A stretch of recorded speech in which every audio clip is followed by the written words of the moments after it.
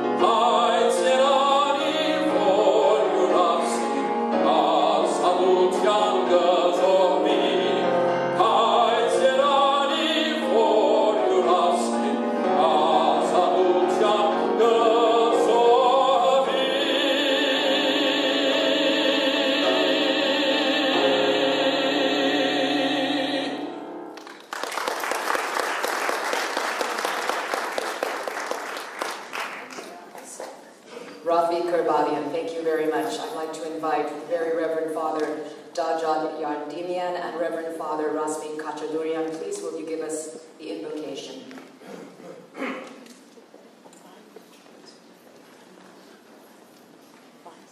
Ornia terme Jesus Christos, Amen. Aidmer, vore Inesjes, sur Eskijianko, Yegesea Kaikunko, Yegizingamko, Vorbes Ergines Everdri, Es Hatzmer Hanabazor, Durmez Aisor, Yepomez Bardismer, Vorbes Yemekto, Meroz Bardabanaz, Yesinanis Meziportun, Alturgias Mezichare, Sikoya Kaikun, Yepsolutun, Yepar Kargians, Amen. Es Cordes Serat Meroz Ubin Araimezder, Yeves Cordes Medans Meroz Hachoya Imezder, Amen.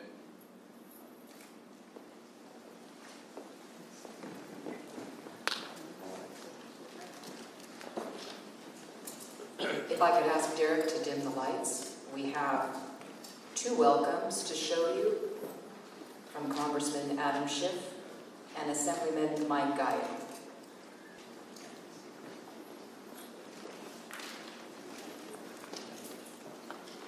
Hello, I'm Congressman Adam Schiff, and I proudly represent Congress's 28th Congressional District, home of a large and vibrant Armenian community. I'm sorry that my duties in Washington would not allow me to be with you today, but I am certainly there in spirit.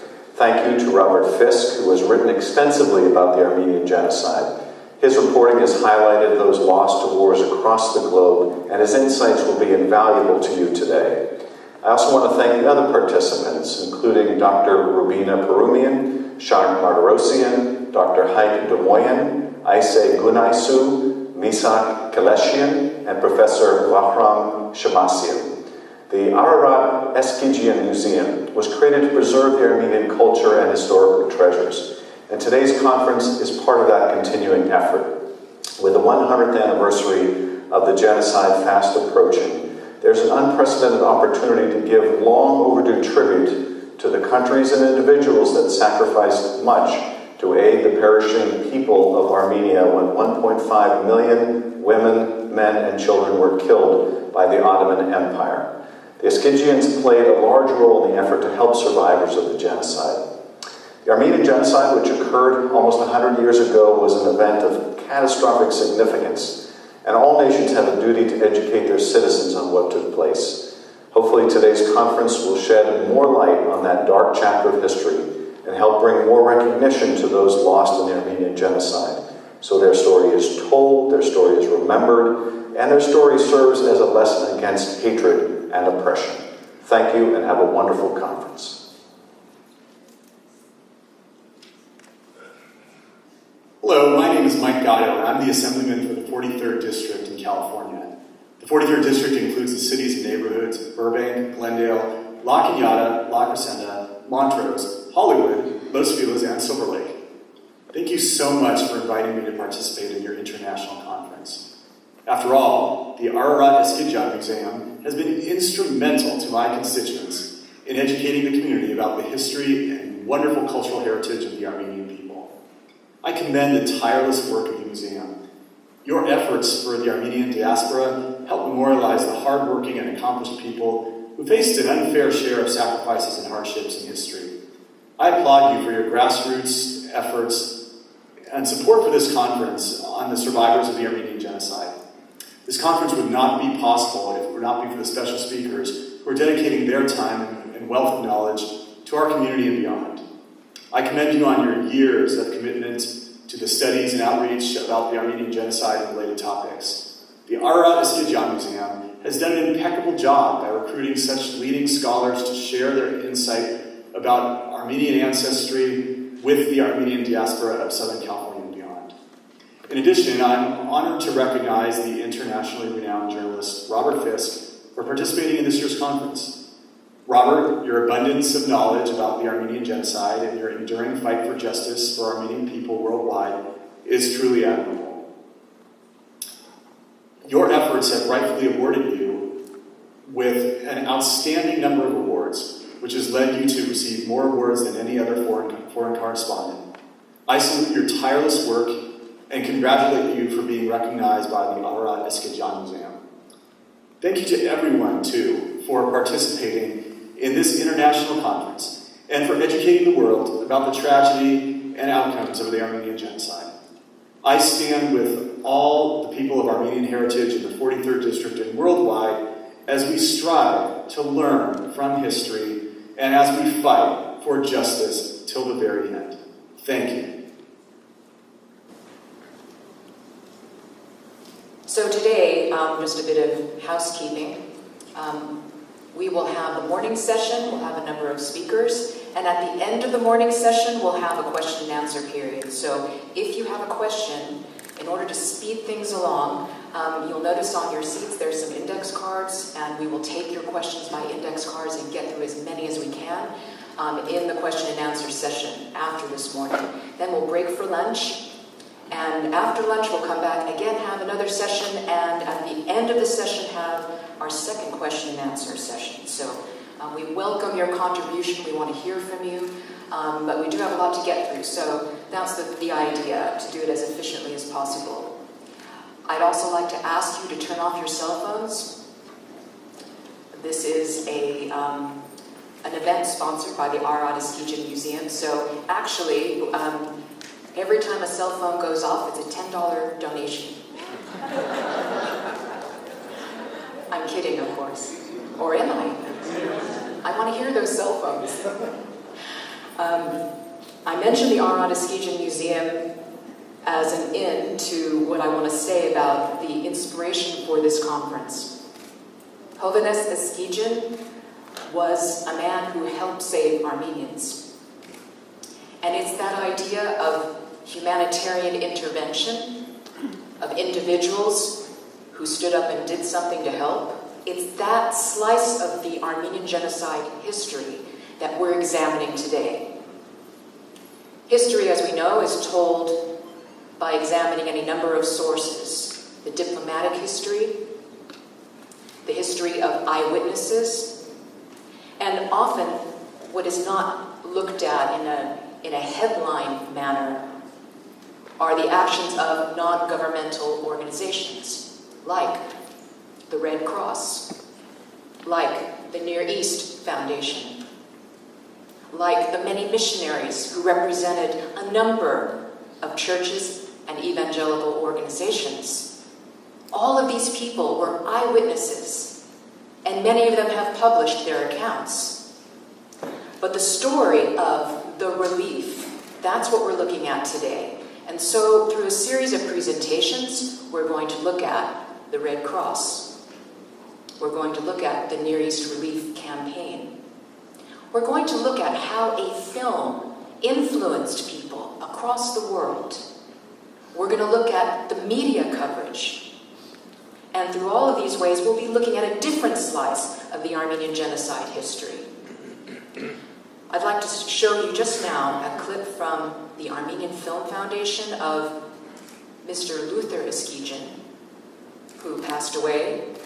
His son Martin will be joining us. And it's from a testimony that he gave in the year 2000. If we could dim the light.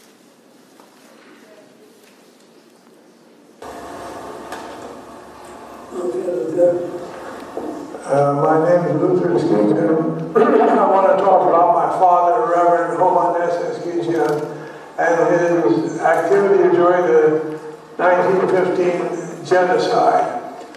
My father was the minister of the Emmanuel Evangelical Church of Aleppo, Syria, and all the refugees coming from the interior cities of Turkey were coming to the station in Aleppo before being deported further to Derzor, where they died of starvation and disease.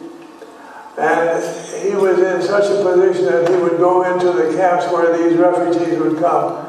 He had two functions. One is to get information from the refugees about the massacres in their hometown and the loss of life on the deportation route, where most of them died without water and food, and robbery and rape and plunder. And coming into these camps in Aleppo, he would go there and would try to rescue the children primarily. Most of the people were dying of typhus. The disease was being spread by lice by the thousands on all the people. And the people would be dying, and the elderly, the men had already been taken and killed on the way, or killed before they even started. And the women would be there, and they were diseased and dying of starvation. And some of the children were still living. And the living children my father would rescue and bring to the orphanage. He started an orphanage in a separate area from the church.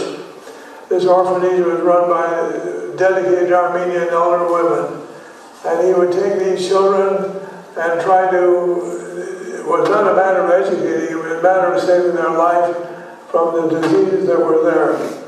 He would also take these messages from the interior and give it to Jesse Jackson, the charge d'affaires of Morgenthau, who was stationed in Aleppo.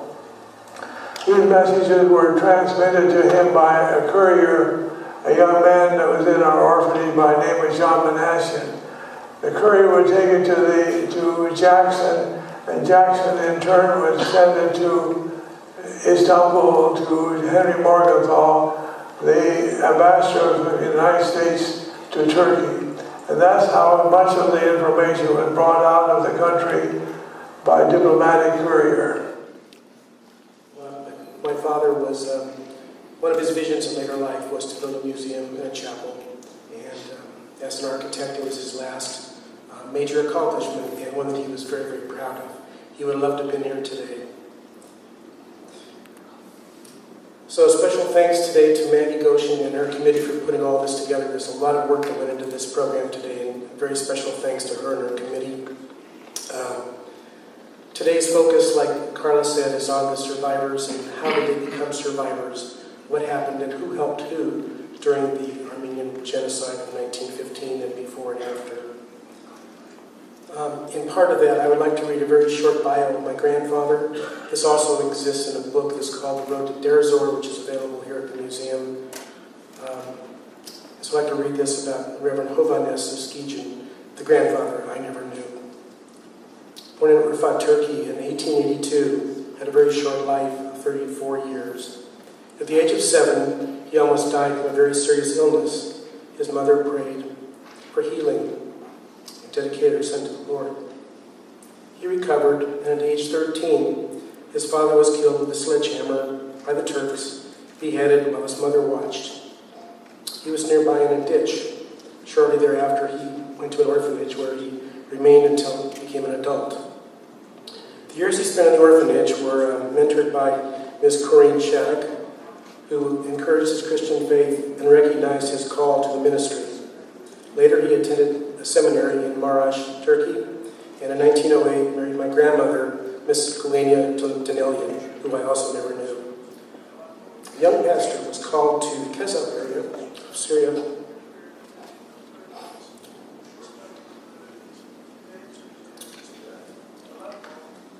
And was ordained there. He had 2 children, John, my Uncle John and his granddaughter will be here today, and my dad, Luther. And he started construction of a church in Kiziluk, which my father later finished. In 1913, Reverend Eskijian was called to pastor the Armenian Evangelical Church of Aleppo, Syria, at a very critical time in history, as you all know. He was placed at the crossroads of refugees which were being deported to the Syrian desert for death. My grandmother, Gulenia, recalls every day hungry, thirsty, scantily clad, sick, living skeleton refugees would come by, freight trains, and my grandfather would hear the trains and run out and rescue whoever he could to bring them back and somehow take care of them. He risked his life. He had a special passport that he could go into the train depots and get children off the train. The following was summarized by Mr. M.H. Shnorkian.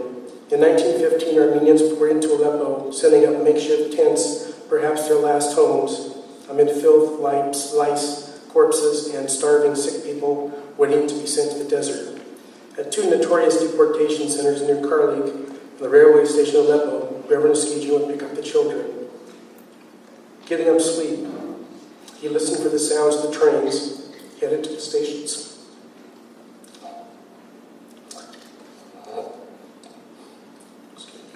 He didn't run from danger, he ran to it. His life wasn't important when he saw the tragedy.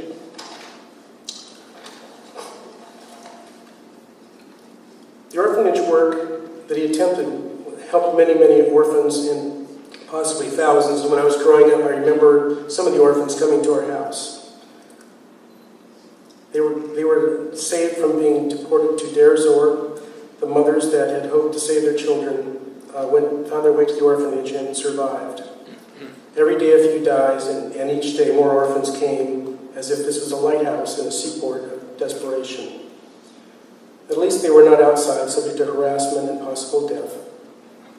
During the deportations, the factories of Aleppo were filled with refugees and emptied to be filled by newcomers, persecuted, half-naked, and starving. Reverend and Mrs. Eskijian and their helpers were busy every day with the refugees, serving them outside their home in hiding places and wherever they could. They secured safe places and jobs for young men and women whenever possible, and my grandfather corresponded with Mr. Jesse Jackson, the U.S. consulate in Aleppo, giving reports of the condition of the Armenians. He died of typhus the day before he was to be publicly executed, and eventually came to the United States, where my dad grew up as a little boy. He was called the White Angel, and the people he ministered loved him as their own father and grieved deeply when he died. It's reported that when the gendarmes came to take him from the hospital bed to be hanged, Mrs. Eskijian said, "You can't take him, he's free." He died the day before. Mr. Reverend Eskijian did very much for his nation and for the survival of the Armenians. And in case you're interested, his preaching vestment, his cloak, is in the museum today. And we thank you all for coming, and we all will enjoy it today as a very, very special day and honor to the people that did much to preserve the Armenians during the genocide and thereafter. Thank you. So I would like to invite Misak Gulenia, who is going to present a very interesting presentation about the Near East Relief Campaign, how the world was united in service to humanity. Misak.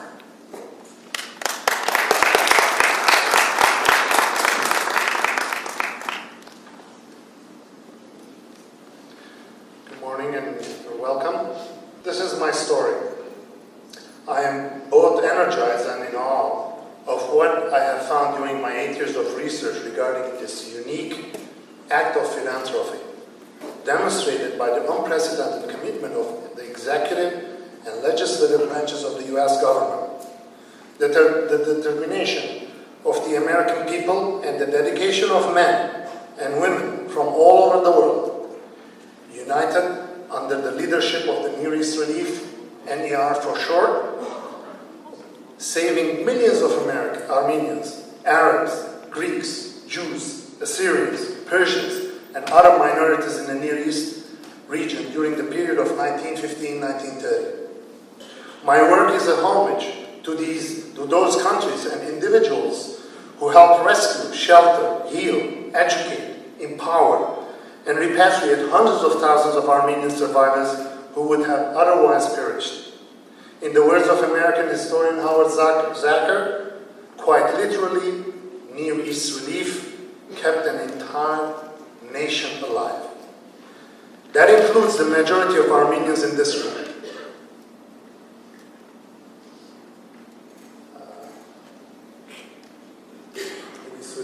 In 1918, the committee was renamed American Committee for the Relief in Near East. And in 1919, in an act of Congress, it got incorporated and called Near East Relief, NER, from now on. Children were waiting in line in the snow, barefooted, just to get into the orphan city. A daily scene from early morning till late night. One would think, where are the parents? How come there's so many orphans?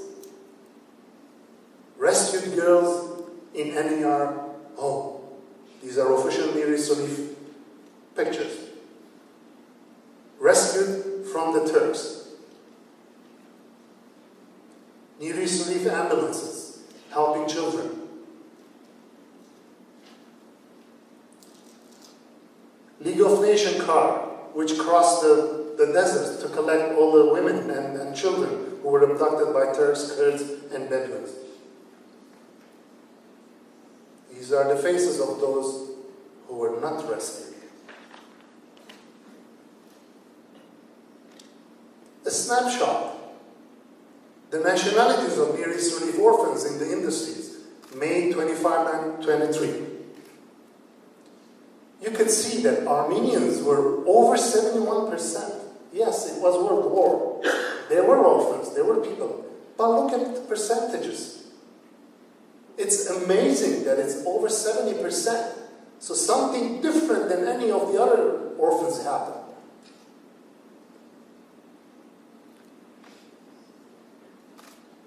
We, the people. The commitment of the U.S. government and its citizens. 3 consecutive U.S. presidents. Families, they helped the Armenians survive.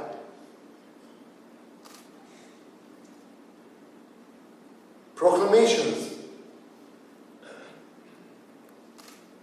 President Harding appeals, as it previously did President Wilson, and even President Coolidge. International Golden Rule Sunday dinner. Basically what it was is Americans were kind of advised to eat little portions of orphanage food and the rest of the amount donated to Near East Relief. It was a nationwide effort. An awesome campaign started under the American Star of Hope. The aim was $30 million, to raise $30 million. Every dollar subscribed goes to the relief work. All expenses were paid privately. There were no overhead. Every single cent was collected, was given to Near East Relief, and all the other expenses were covered by Mr. Dodge. All funds are cabled to the Department of State. All funds are distributed through U.S. consuls and embassies across the world. Our government is prevented from giving aid directly, and the Red Cross is not organized for such relief work. This is one of the posters where the aim was to raise $30 million. Posters were not merely artistic drawings, but they were a reflection of reality.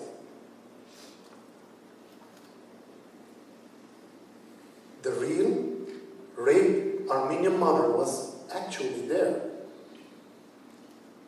Look at the photo. Look at the kid in the back. Look at the details. So it wasn't just an artist drawing.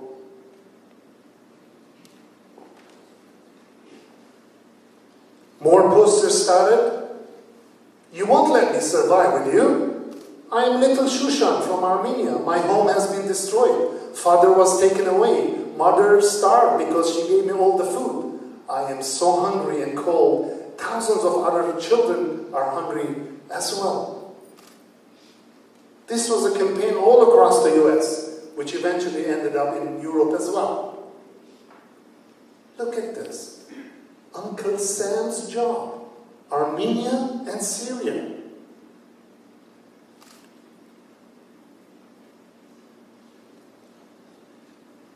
A call to buy liberty, US bonds, to support, considered as a symbol of patriotism.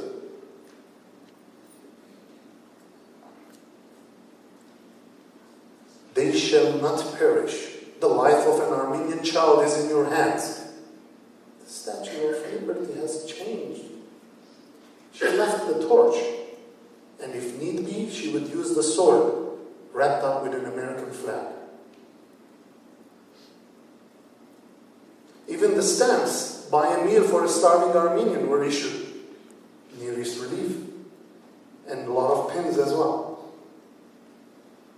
8,000 panels of this, carried poster across the US to raise funds. Uncle Sam protecting Armenian orphans on the plains of Ararat with ruined churches in the background. There were no Armenians to do this campaign. It was all American. Even celebrities like, that got involved in the kid, Charlie Chaplin. Let's see, how is this going to work here? Can you do it for me?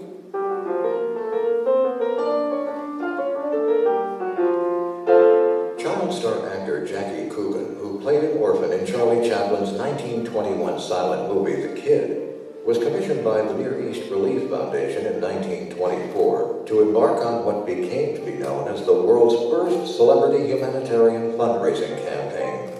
Coogan's fundraiser for the Armenian genocide orphans was endorsed by the dairy product giant Nestle and raised $1 million for providing necessary food supplies. In this rare film, Jackie Coogan visits Detroit, Michigan as one of his stops for his fundraiser, and eventually in October of 1924 travels across the Atlantic to deliver the humanitarian shipment to Armenian and Greek orphans in Athens.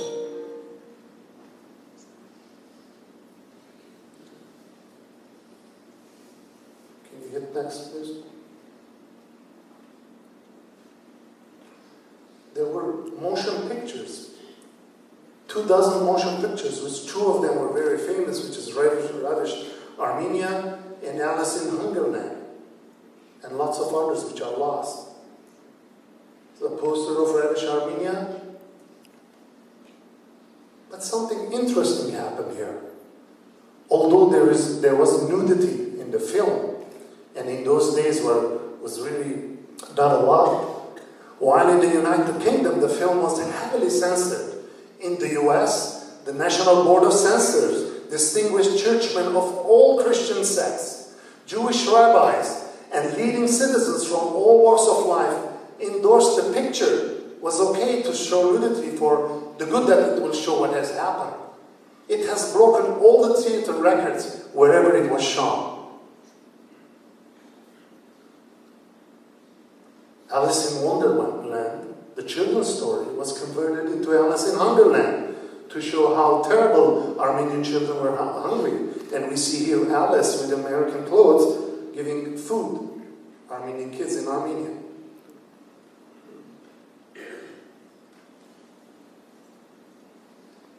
The goal was 30 million. It was about 4 times. They collected almost $120 million. In today's dollar, worth $2.8 billion. It's a phenomenal record at that time.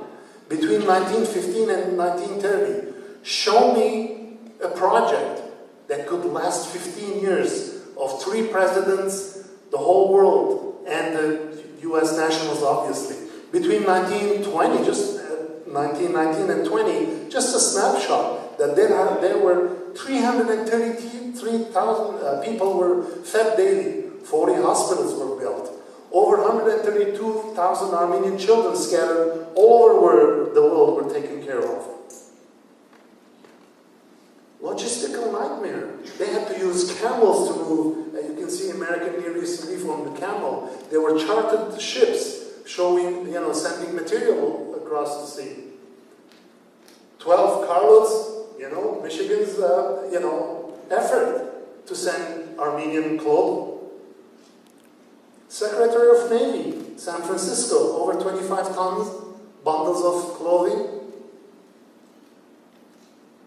Even Missouri's grain bag.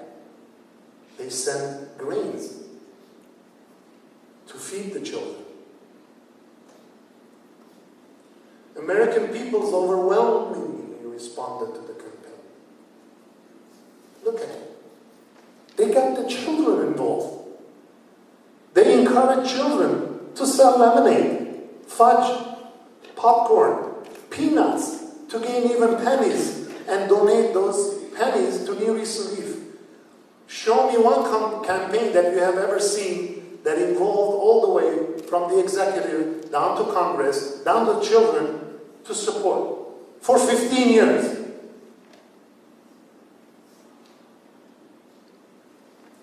Children with disabilities all lined up to donate for the Near East Relief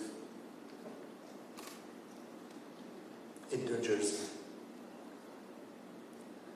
Mayor Brown donated his own clothes. I want to see the same mayors and politicians do that, donating their own clothes and wearing a barrel going home.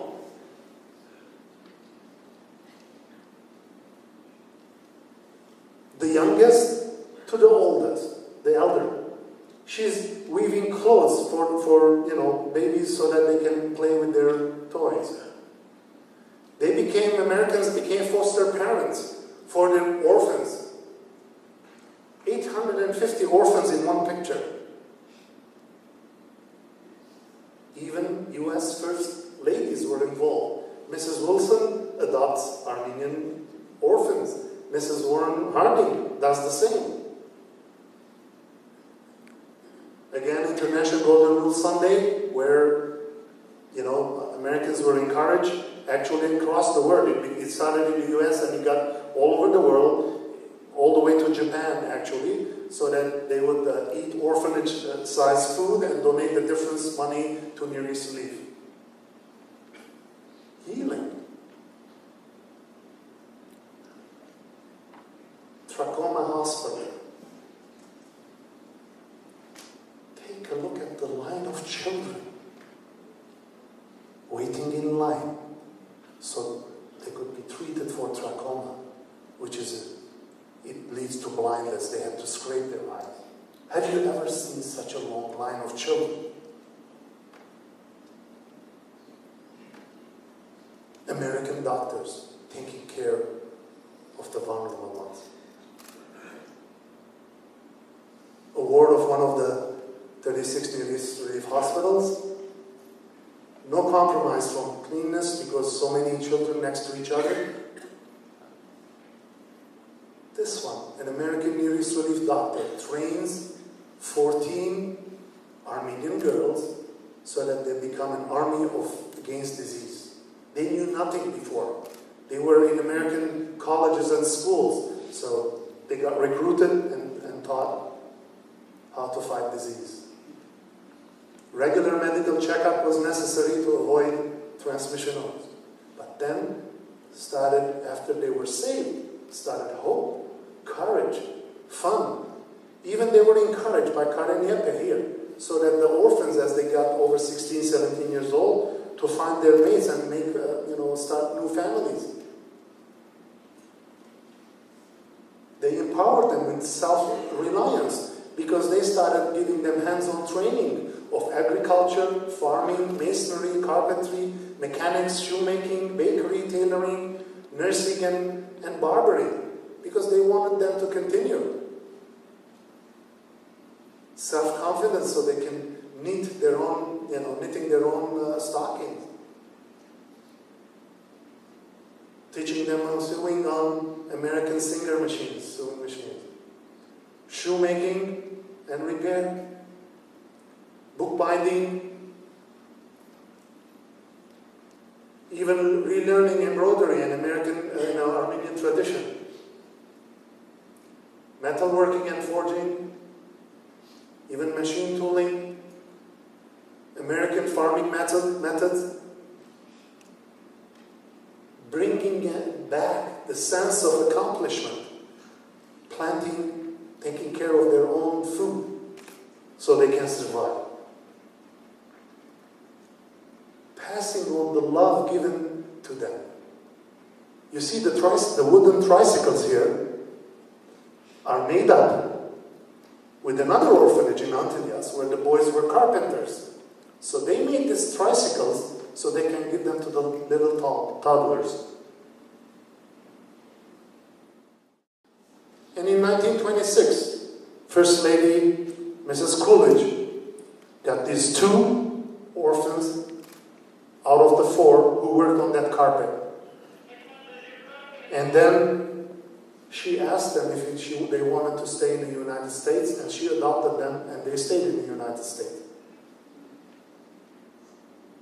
This is Bartul Yevsepian, the one in the previous photo that you saw.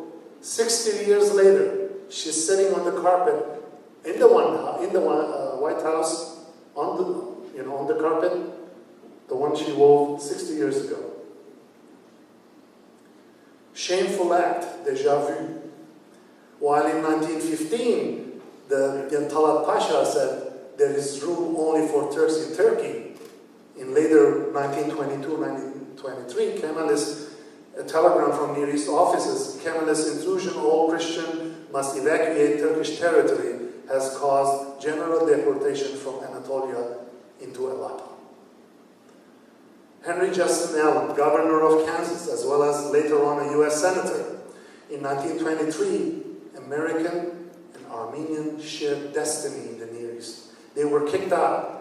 Following Mustafa Kemal's order to evacuate and deport Christians, Henry Allen, a board trustee of Near East Relief, saw no prospects for the Near East organization in Turkey.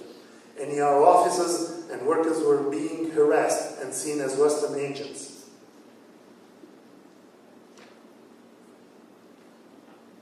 A very important map in 1923, an original Near East Relief map, but it reads here, the evacuation of all Christian people from Turkish military's territory, meaning Kemal Atatürk, necessitated the closing down of Near East Relief orphanages worked throughout the interior of Asia Minor. So they had to leave Turkey. This is in 1923. And this is another Near East Relief map where it shows the gray area is what current Turkey is. And while they were all operating all across in Turkey, they were forced to leave. And now they moved all the orphans into Greece, Bulgaria, Cyprus, Lebanon, Syria, Mesopotamia, and on the other side into northern Persia and Armenia and Tiflis in Georgia. massive movements out of Turkey. So, NER workers had selfless dedication to follow and move the kids out. Once again, Armenian children being deported. In barges as well. Over 22,000 orphans were moved out of Turkey into Syria, Lebanon, and Mesopotamia. This trip that Papa Kunstler took them, it was a 513 miles trip. They wouldn't allow them to go into a port and board them on a ship and move them around. So Turkey forced them to walk in the desert, on mules, in boxes, with dangers. The good thing was that Papa Kunstler, years ago, he looked after Ottomans and Kurds as well. So when they heard the name, they left alone the children. It had a global operation. It wasn't, yes, it was spearheaded by the US, but it went, 8,800 miles away. Australia gets involved. Dinner at the Antilles orphanage under the protection of Australian flag. Antilles today is one of the main churches. The Catholicos of Silesia is in Antilles at the same exact spot where that orphanage was run by the Australasian Near East Relief Department. This is in Sidon, south of Lebanon, where Maria Jacobson, Danish, she worked for the Near East Relief. She was specialized in the toddlers. 400 of them. Look at this. On the left, it's in 1925 where the toddlers live. Bird's nest inside them. This is where I found the same location in 2007. Look at the details of the building.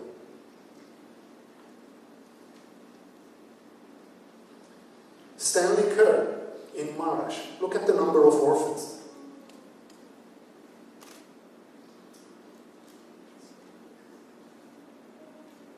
He moved them to Nahr Ibrahim, again a position in Lebanon, north of Lebanon. He was looking after 634 orphans right here.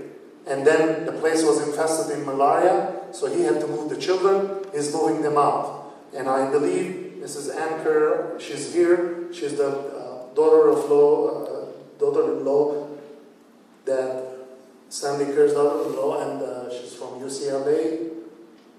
And unfortunately, her husband, who was an AUB president in 1984, Islamic Jihad assassinated them. They were uprooted from their homeland, from their villas and houses, and they had to start a new beginning. Poverty and struggle for survival. But once again, NER managed to bring back the smiles. 30,000 orphans, the largest orphanage in the world, Gümri Lenin Nagar. Another orphanage, Alaturki, a silent genocide. Again, Stanley Kerr's book had this photo. I started my journey from this photo to find out where the Jamal Pasha and Halide Edip came into a French college in Lebanon, only to Turkify about 2,000 Armenian children. The boys were circumcised, forced to change their names and culture into Turkish, trained to become Ottoman soldiers.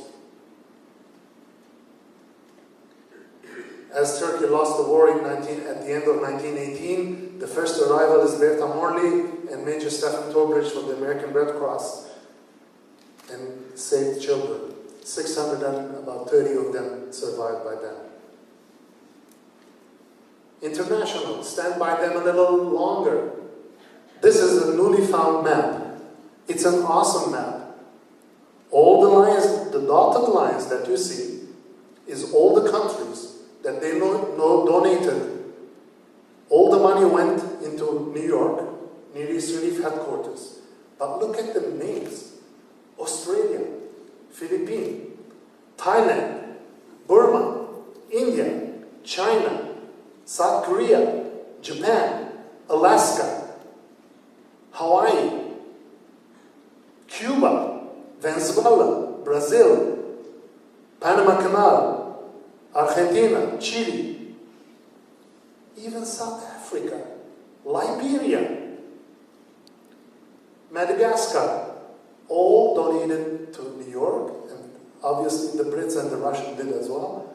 So all the straight arrows are where the money went, which is enlarged here in Tiflis, in Tehran, in Constantinople, in Aleppo, Baghdad, in Armenia, Lebanon, Mesopotamia, and even Cairo.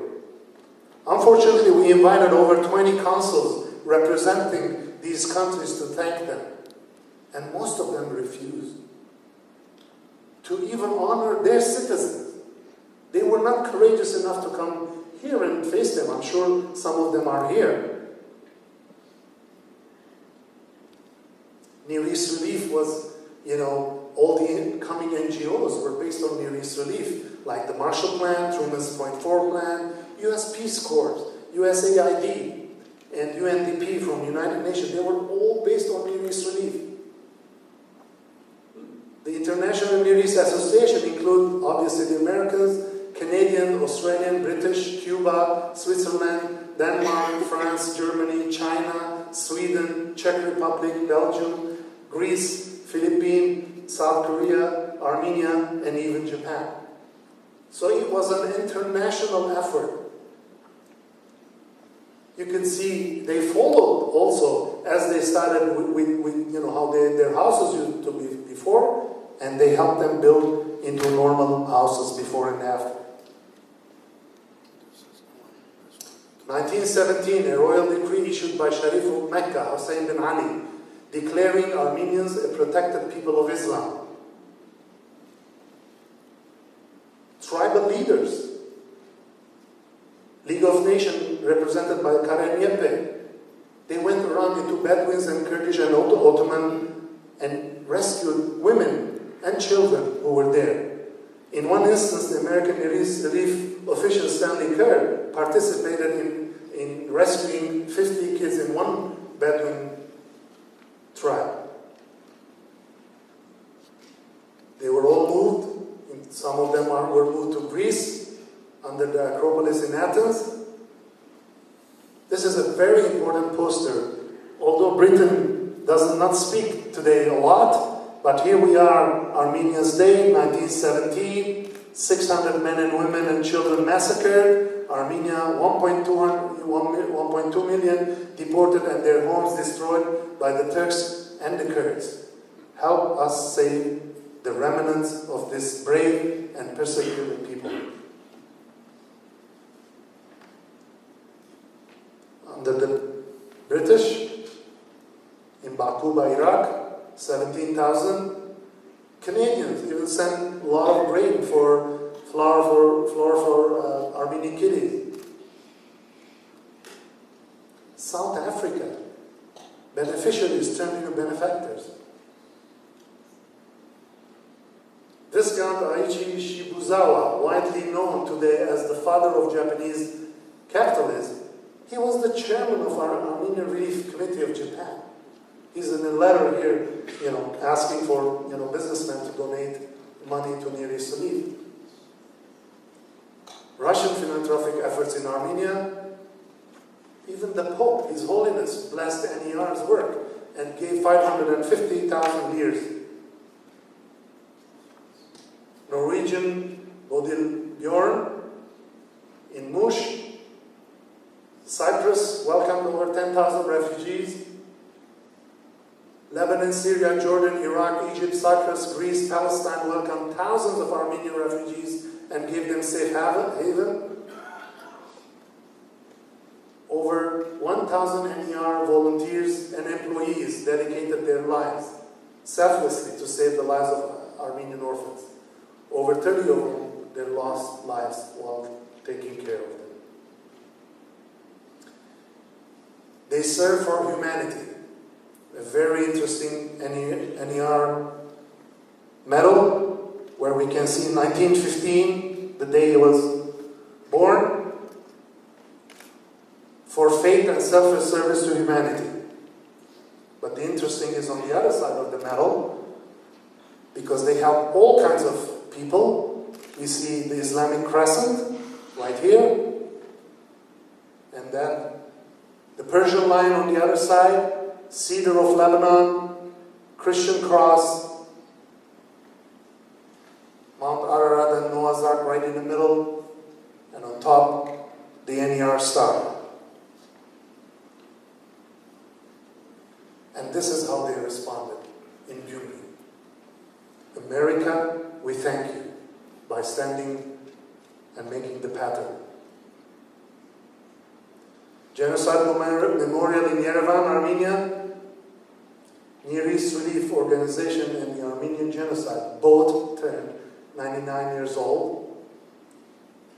And as I made my presentation 2 weeks ago at USC, I received an interesting email, and I'm going to end it with that.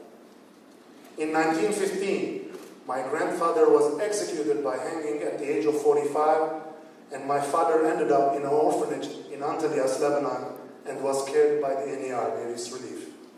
I grew up with unbelievable stories, constant reminders of the pain and the suffering of Armenians who lost everything. To date, a silent Holocaust haunts my generation.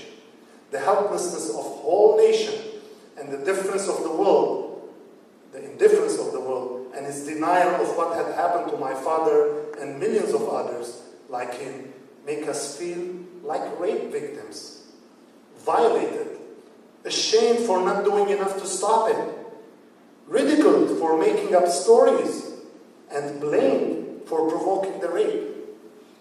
Dear Misak, your work showed me the courageous faces of survivors, told me of a world that knew about the Armenian Holocaust, made me proud of the bold actions taken by my government to stop the suffering of the victims and generosity and compassion of countries and people who sacrificed their lives, their finances, and their political power to help a whole nation have a second chance. Your story gives me back my dignity as an Armenian American, and more importantly, gives me hope that there is a world out there who in silence is working on honoring the history of my people and my ancestors. Thank you very much.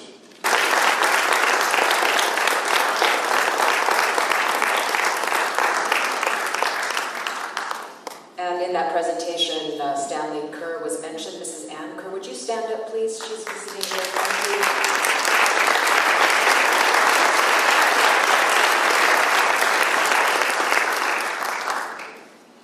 So remember, we're going to have a question and answer period. Many of you may have some questions. One may be, where did he get those photographs? Oh, this is only a part. I'm going to do it for hours. So remember, we're going to have a question and answer period. I would like to introduce next the chairman of the Near East Foundation, who has flown from New York to be with us today. He is Mr. Shant Marderosian, and he will speak to us about the Near East Foundation today, continuing the legacy.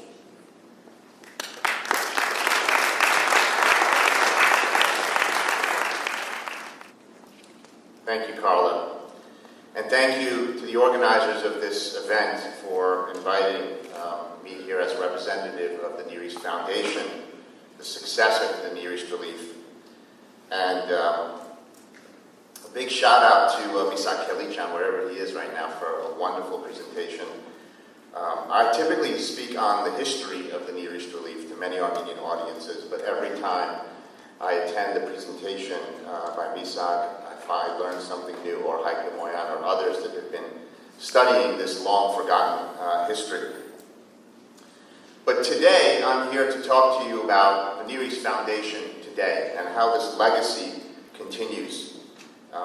As we commemorate the suffering of our ancestors almost 100 years ago, we can't forget about how much suffering continues in the world today, especially in the same lands that the Near East Relief was working in 100 years ago.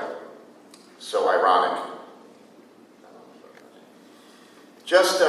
I'm not going to spend much time on the history, but I just want to add a couple of things to what Misak was saying. This is the first photograph taken of the leadership of the Near East Relief. And you see in the front row people like Ambassador Henry Morgenthau.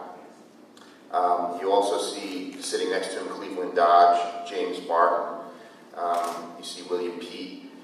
These should be household names in every Armenian home, and I can't understand why they're not. Many people don't know these. These people rescued 132,000 Armenian orphans, Armenian, Greek, Assyrian orphans, and over 1 million refugees. And it's their legacy that we're honoring today as selfless humanitarians. There was no political agenda here.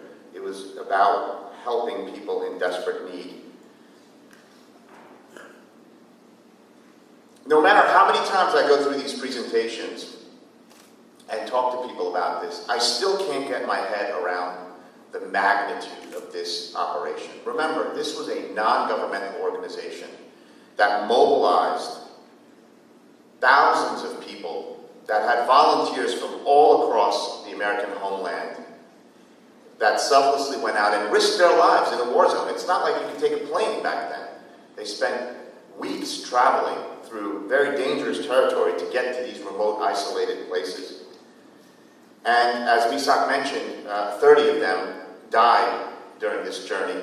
Some died, most of them died because of injuries or accidents, illnesses, and several also died because of bandits and being robbed for the money that they were carrying. Misak noted this map earlier, which has been newly found. But again, impressing on you the magnitude of this international scope of this operation. Many governments, many public citizens. So this is the beginning of what we refer to as citizen philanthropy. Everything that we know today in the nonprofit sector is derived from the genesis of this organization, and I refer to it in an international capacity. Of course, there was always charitable organizations in each of the countries, but this was on an international scale, never to have been seen before. And of course, this remarkable picture, which burns into all of our memories, America, we thank you. And we went and visited these sites. They still exist in Gyumri, what was then called Alexanderpol. But let's walk to where we are today.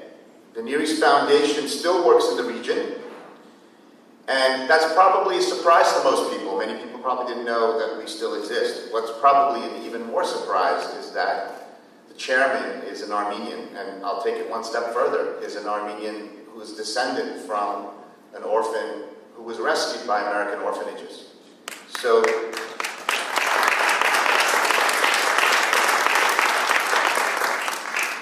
the irony speaks for itself in that sense. For me, it has always been about giving back, and this is the method in which I choose to give back to what so many Americans gave back to us. And now, as Americans and as Armenian Americans, we have a noble cause to continue this tradition, which is not just an American tradition, but is also an Armenian tradition. So what I want to show you here is a map. There are 7 countries here. Syria, we were working in with Iraqi refugees, but obviously that had come to an end several years ago. But we continue our work in all the other countries shown there. Throughout the history of the Near East Foundation, since it was reincorporated in 1930 after the Near East Relief came to an end, we've worked in over 40 countries in the Middle East and Africa. Even as far away is South Korea. Now, I don't know how South Korea falls into the Near East, but go figure. Today, we have a staff of over 120 people across these countries. They're all natives from the countries in which we work in. And we also have a staff of about 10 people in Syracuse, New York, on the campus of Syracuse University. I'm proud to say joining me here today are 2 of my NEF colleagues, Dr. Charlie Benjamin, who's the president of the Near East Foundation and the brains behind the organization.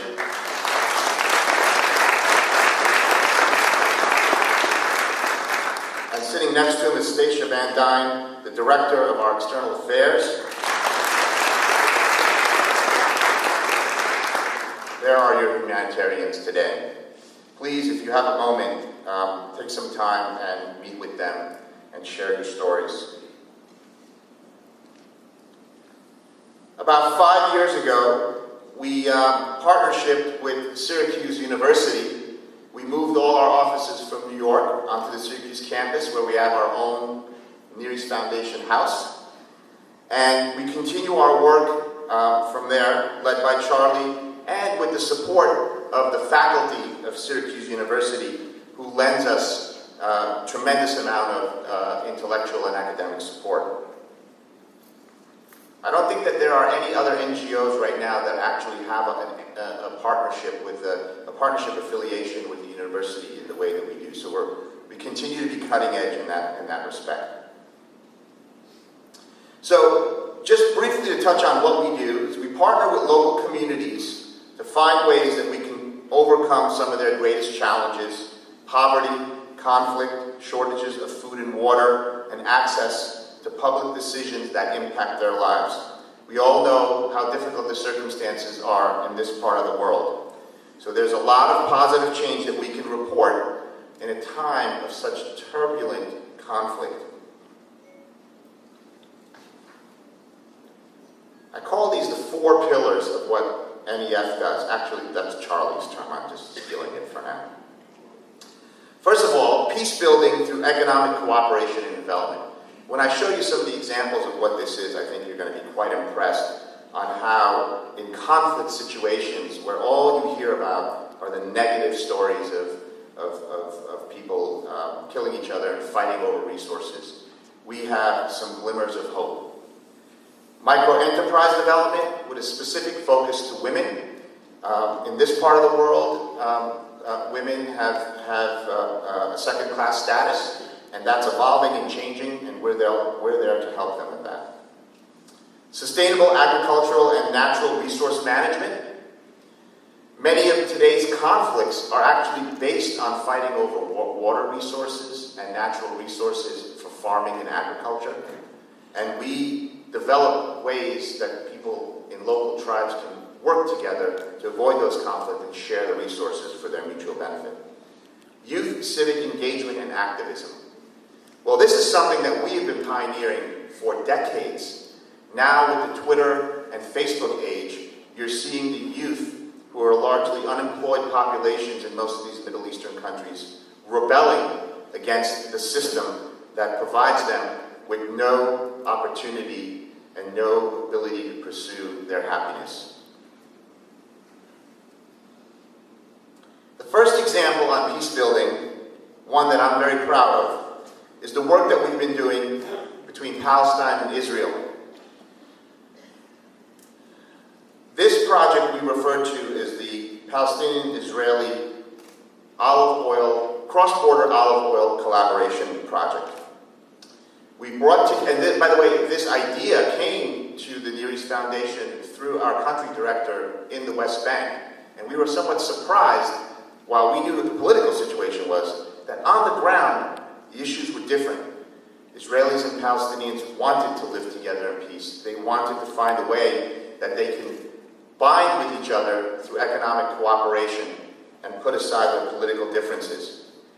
About 2.5 years ago, Charlie and I went out to the West Bank and to Israel and visited with many of these farmers, and I was shocked from what I was hearing from them versus what we were hearing on the news.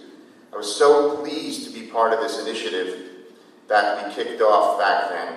And it's supported by USAID, and it's really become one of their flagship projects. They're very proud of it. The ambassadors, the USAID ambassador or executive director has come and visited our projects, and they continue to support our funding. They've extended our project, and they are now expanding it not just to the olive oil sector, but we're expanding it to agricultural sectors and youth categories, so that we are, again, continuing this trend. Just to give you an example of what we've accomplished in this small project.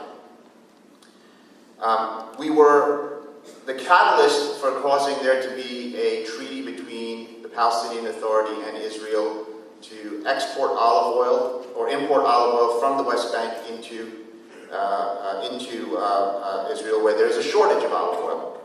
That has generated over $16 million of income for Palestinian farmers. And of course, great olive oil for Israelis. But the sharing of technology and the sharing of the collaboration has just been unprecedented among these two people. Now, the conflict resolution part is a little trickier. We try to keep politics out of it. But we believe that by people working together, they can see the human side of one another and put their differences aside and focus on how they can find their commonalities and live together in peace. So we've attempted to measure at this small level by putting out a survey of 200 of the participants in our program. And 80% of them reported having positive feelings and increased trust as a result of their experience. Also, over 80% thought that cooperation and norms of trust could be generalized in their communities. So they felt that this could actually expand beyond their villages. And as a result, we're now focusing on the youth sector, the youth segment in other agricultural sectors. We've also been focusing on peace building and economic development in Sudan, inclusive of Darfur. We have an office in Darfur, we have an office outside of Khartoum in Sudan. As we know, this country has been riddled with civil war for decades, continues to have conflict, went through a genocide in Darfur, and our work is really to reintegrate ex-combatants by providing them with training, small grants to start small businesses, and learning to communicate their frustrations, and in return to live in their communities. So we trained over 2,000 ex-combatants. Many of them were women. They gave up their guns, and they learned a skill that could help them generate income for a living. We're also working in Darfur, as I mentioned, to build peace by helping people work together to manage their land resources, which, as I said before, is something that many conflicts revolve around. So in this picture that you see here, to your right, is a small dam that we helped build for irrigation purposes. These resources are often the root of such conflict, so we're providing the training and support so that these groups can stop fighting and collaborate instead. Again, helping people earn an income and building stability. You can see that many of these themes resonate from the types of skills that we taught, the Near East Relief taught Armenian orphans as they were putting them back out and integrating them with the world. Mali, another place in Africa recently in conflict. For many years, it was the beacon of democracy, stable, peaceful. Our program was very quiet, very successful. And then, surprisingly, they had a coup. Our offices were destroyed, our people were moved, but we recovered, thanks in part to the French coming to the rescue. But we helped these communities rebuild. Many of the people here live off the land, they fish, they farm, and we organize seed and tool fairs to help people recover from the lost assets. We also, in Mali, just before I jump to that, we also helped 2,000 women restart their small businesses through small grants and business banking. We had one of the first all-women-owned microcredit banks in Mali that runs today. And Charlie, tell me, how much in dollar loans have they given out since we started it? $8.5 million of microcredit loans since we helped them start that. And it's all owned and run by women.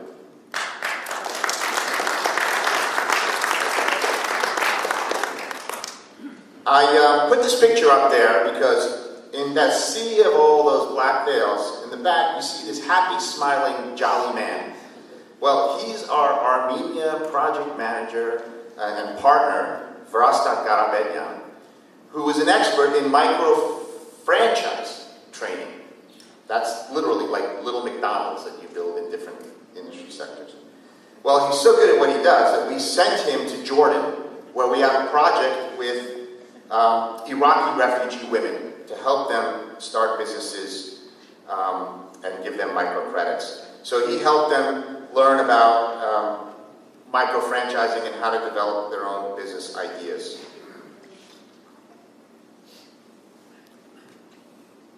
In this situation here, in Morocco, where along with several of my board colleagues, we visited last year. In Morocco, there are 5,000 farm families that are supported in 20 villages that we support, and they increasingly face drought. So climate change is real. For those of you who don't believe it, we see it out there. And as a result of that, they have to change the methods in which they harvest their crops and the tools and techniques that they use in order to produce more with less. So with the work that we've done, we've helped them increase their income by 25% and to reduce the use of water by 50 to 60%. And through training and support in new crops and new growing techniques, this is a way we measure and measures to increase water use efficiency. Here we help restore some ancient underground canals that had not been used for 7 years, providing more access to water. In this next picture, you'll see we helped provide a solar-powered pumping irrigation system. So the reliance on diesel fuel, which is very expensive, is a cost that is not needed anymore. This has been so successful that some of the neighboring villages saw these and they came to us and asked us if we could help them build a solar power generating system in their village.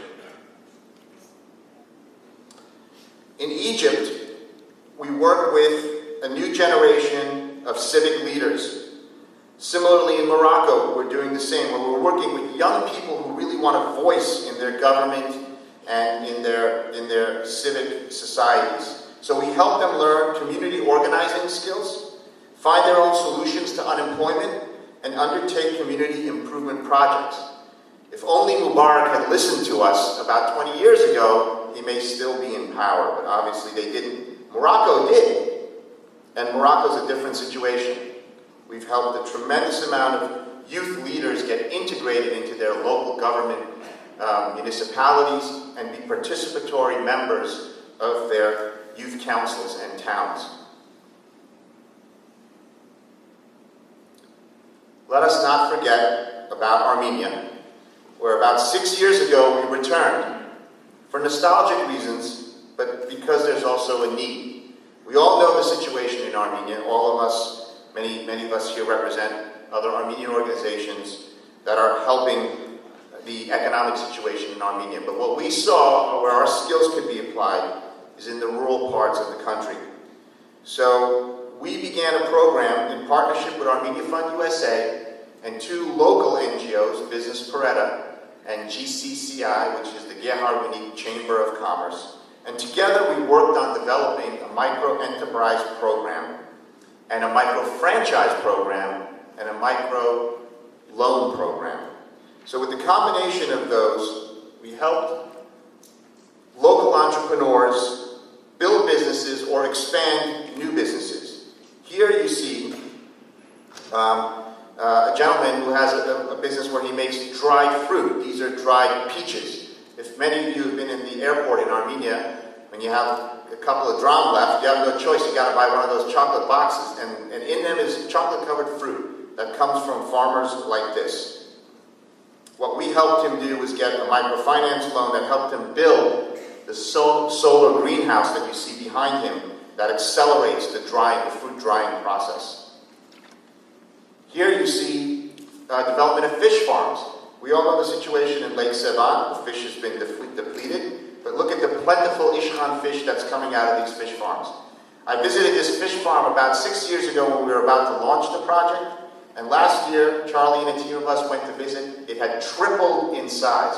I couldn't believe how successful they had been by some simple microcredit loans that we had given them to expand their business. Two brothers making a killing in the fish market. Here you see a woman who set up a small clothing boutique. The concept of micro-franchising we developed with our partners in Armenia the Zartnir brand, and in Eastern Armenian, Zartnir means wake up. And what those are is a network of computer centers in local rural communities. And it provides a place for young children and teenagers and even older people to go to learn computer skills. Everything from Word or Excel or how to use eBay, PayPal, all of these things are taught there. And it's also a place where teenagers go to congregate and play video games, to socialize, and you know, of course, meet guys and girls.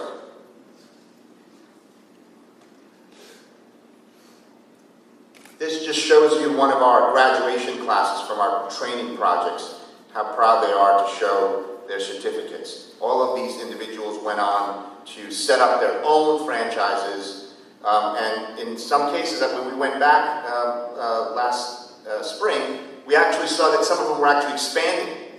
Not all of them make it, but that's the whole concept that we're trying to demonstrate here, is that they have a stake in the game, and we provide them with the support for the best possible outcome. Our most recent project deals with a problem that not many of us like to talk about in Armenia.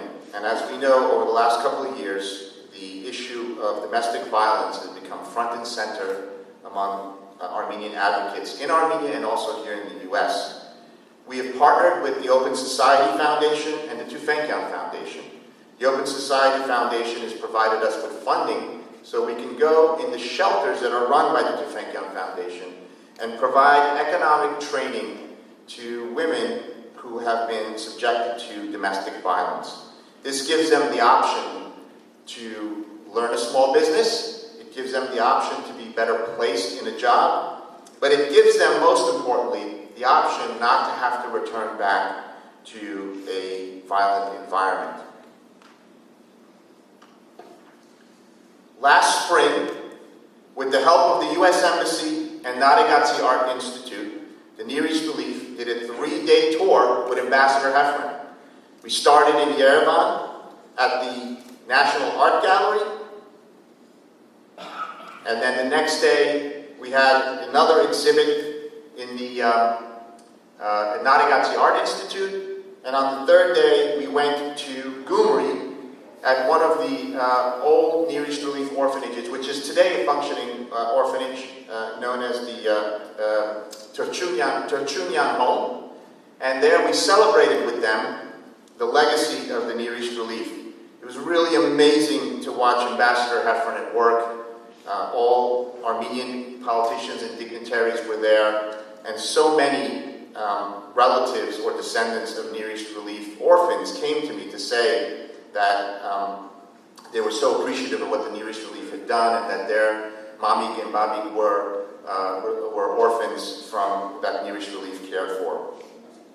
We even took a contingent group of Near East Relief board members to the city of orphans, or Orphan City, which is today Gyumri, back then known as Alexandropol. And here, this specific orphanage compound was known as the Kazachi Post, which several years ago my friend Haik Demoyan introduced us to. And boy, was it something else. It is a ghost town.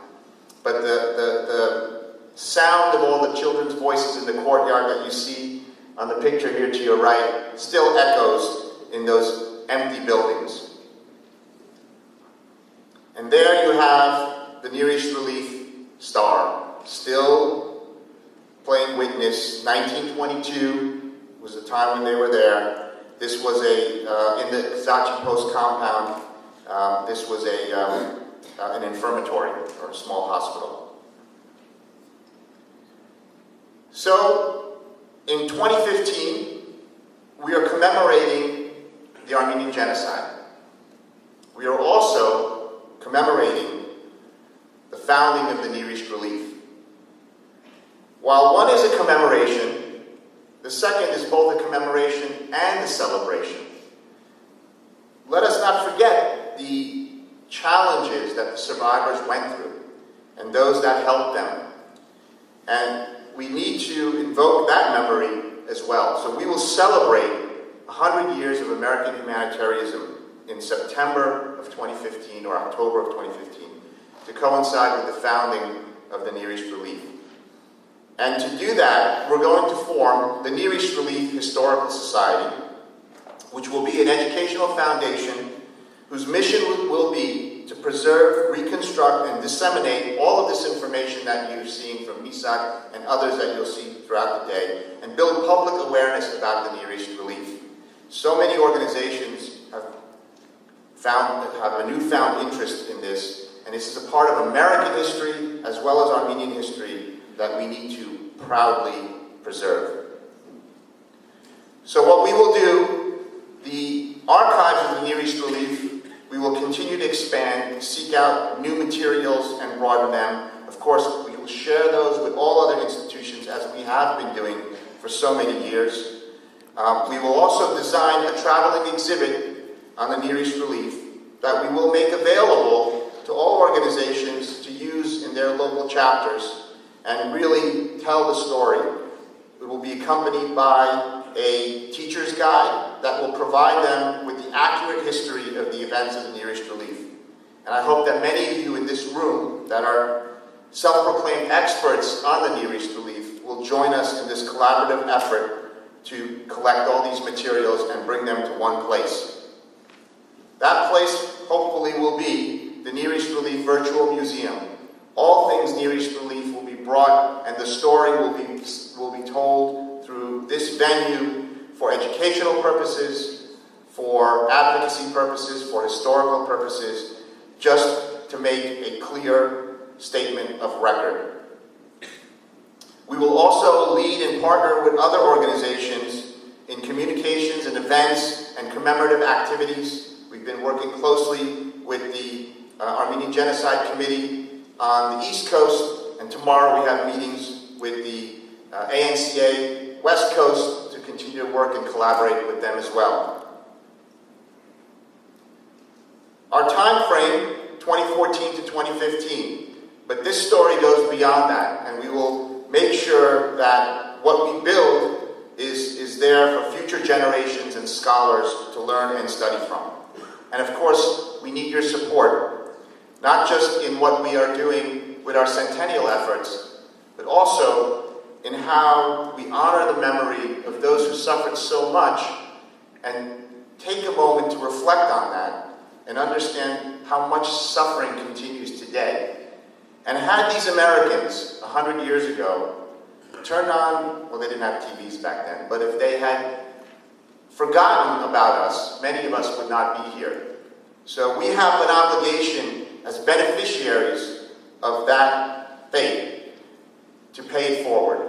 So I ask all of you to continue in that tradition, that American tradition. Thank you.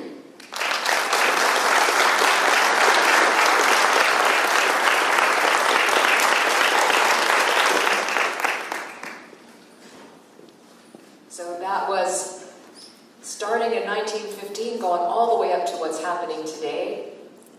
And now I'm going to take you all the way back to before 1915. And as a little introduction to our next speaker, I can tell you about a short trip I took in 2005 to a small museum in the East Coast. And I think it was in Connecticut, but I may be wrong, so I probably will be corrected. And it was to a home of a woman, an American woman, who in the late 1890s was inspired by the atrocities in Turkey that were going on under Sultan Hamid. And these atrocities inspired her to do humanitarian work. Her name was Clara Barton. She was one of the founders of the Red Cross. And one of the first international interventions by the Red Cross was to aid Armenians who were being persecuted in Turkey. Clara Barton's work with the Red Cross continued, and our next speaker, Professor Ram Shamassian, is going to talk to us about the American Red Cross and Armenian genocide survivors in the Arab Near East. I would ask you to look in your program, read all of the books, and things that Professor Shemasian is involved with. He's done a lot, and you may know of him from his research on Musada. But today he's speaking about the Red Cross. Professor Shemasian.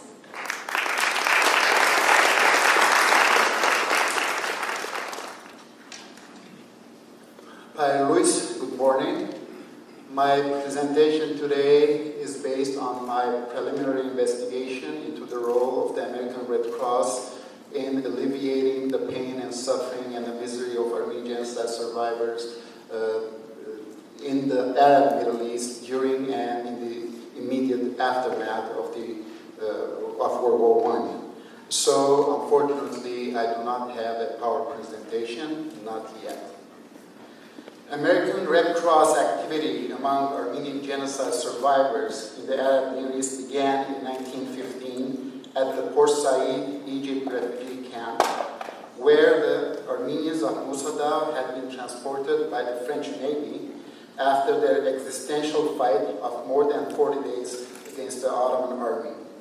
Initially, an American Committee for Armenian Relief functioning in Cairo under the leadership of the missionary Reverend Stephen Trowbridge conducted the relief work. By mid-October, that is, only a month after the refugees' arrival, this American committee had begun to furnish 1,200 loaves of bread daily for 1,200 children between 4 and 14 years of age, 2 hospital sheds for wards, 12 hot baths, 600 bath towels, 25 tons of coke for heating baths, 20 hand sewing machines, hospital sheets, pillowcases, and so on. At the same time, Reverend Trowbridge wrote to James Barton, I quote, "At present, we are working as the American Committee for Armenian Relief, but the better designation would be American Red Cross Committee, Cairo. The Honorable Olney Arnold, our diplomatic agent and consul general, has approved all our plans and has consented willingly to be a patron of the work. But on account of his instructions as to strict neutrality, he has not wished to have any official connection with our committee." End of quote. Sure enough, by December 1915, the ARC, American Red Cross of course, headquarters in the U.S. authorized the formation of an American Red Cross Committee of Americans in Cairo.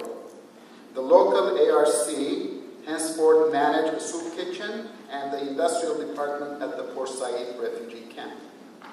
In 1917, as British forces began to push the Ottoman army out of Palestine, the British appealed to the ARC in the US for relief help.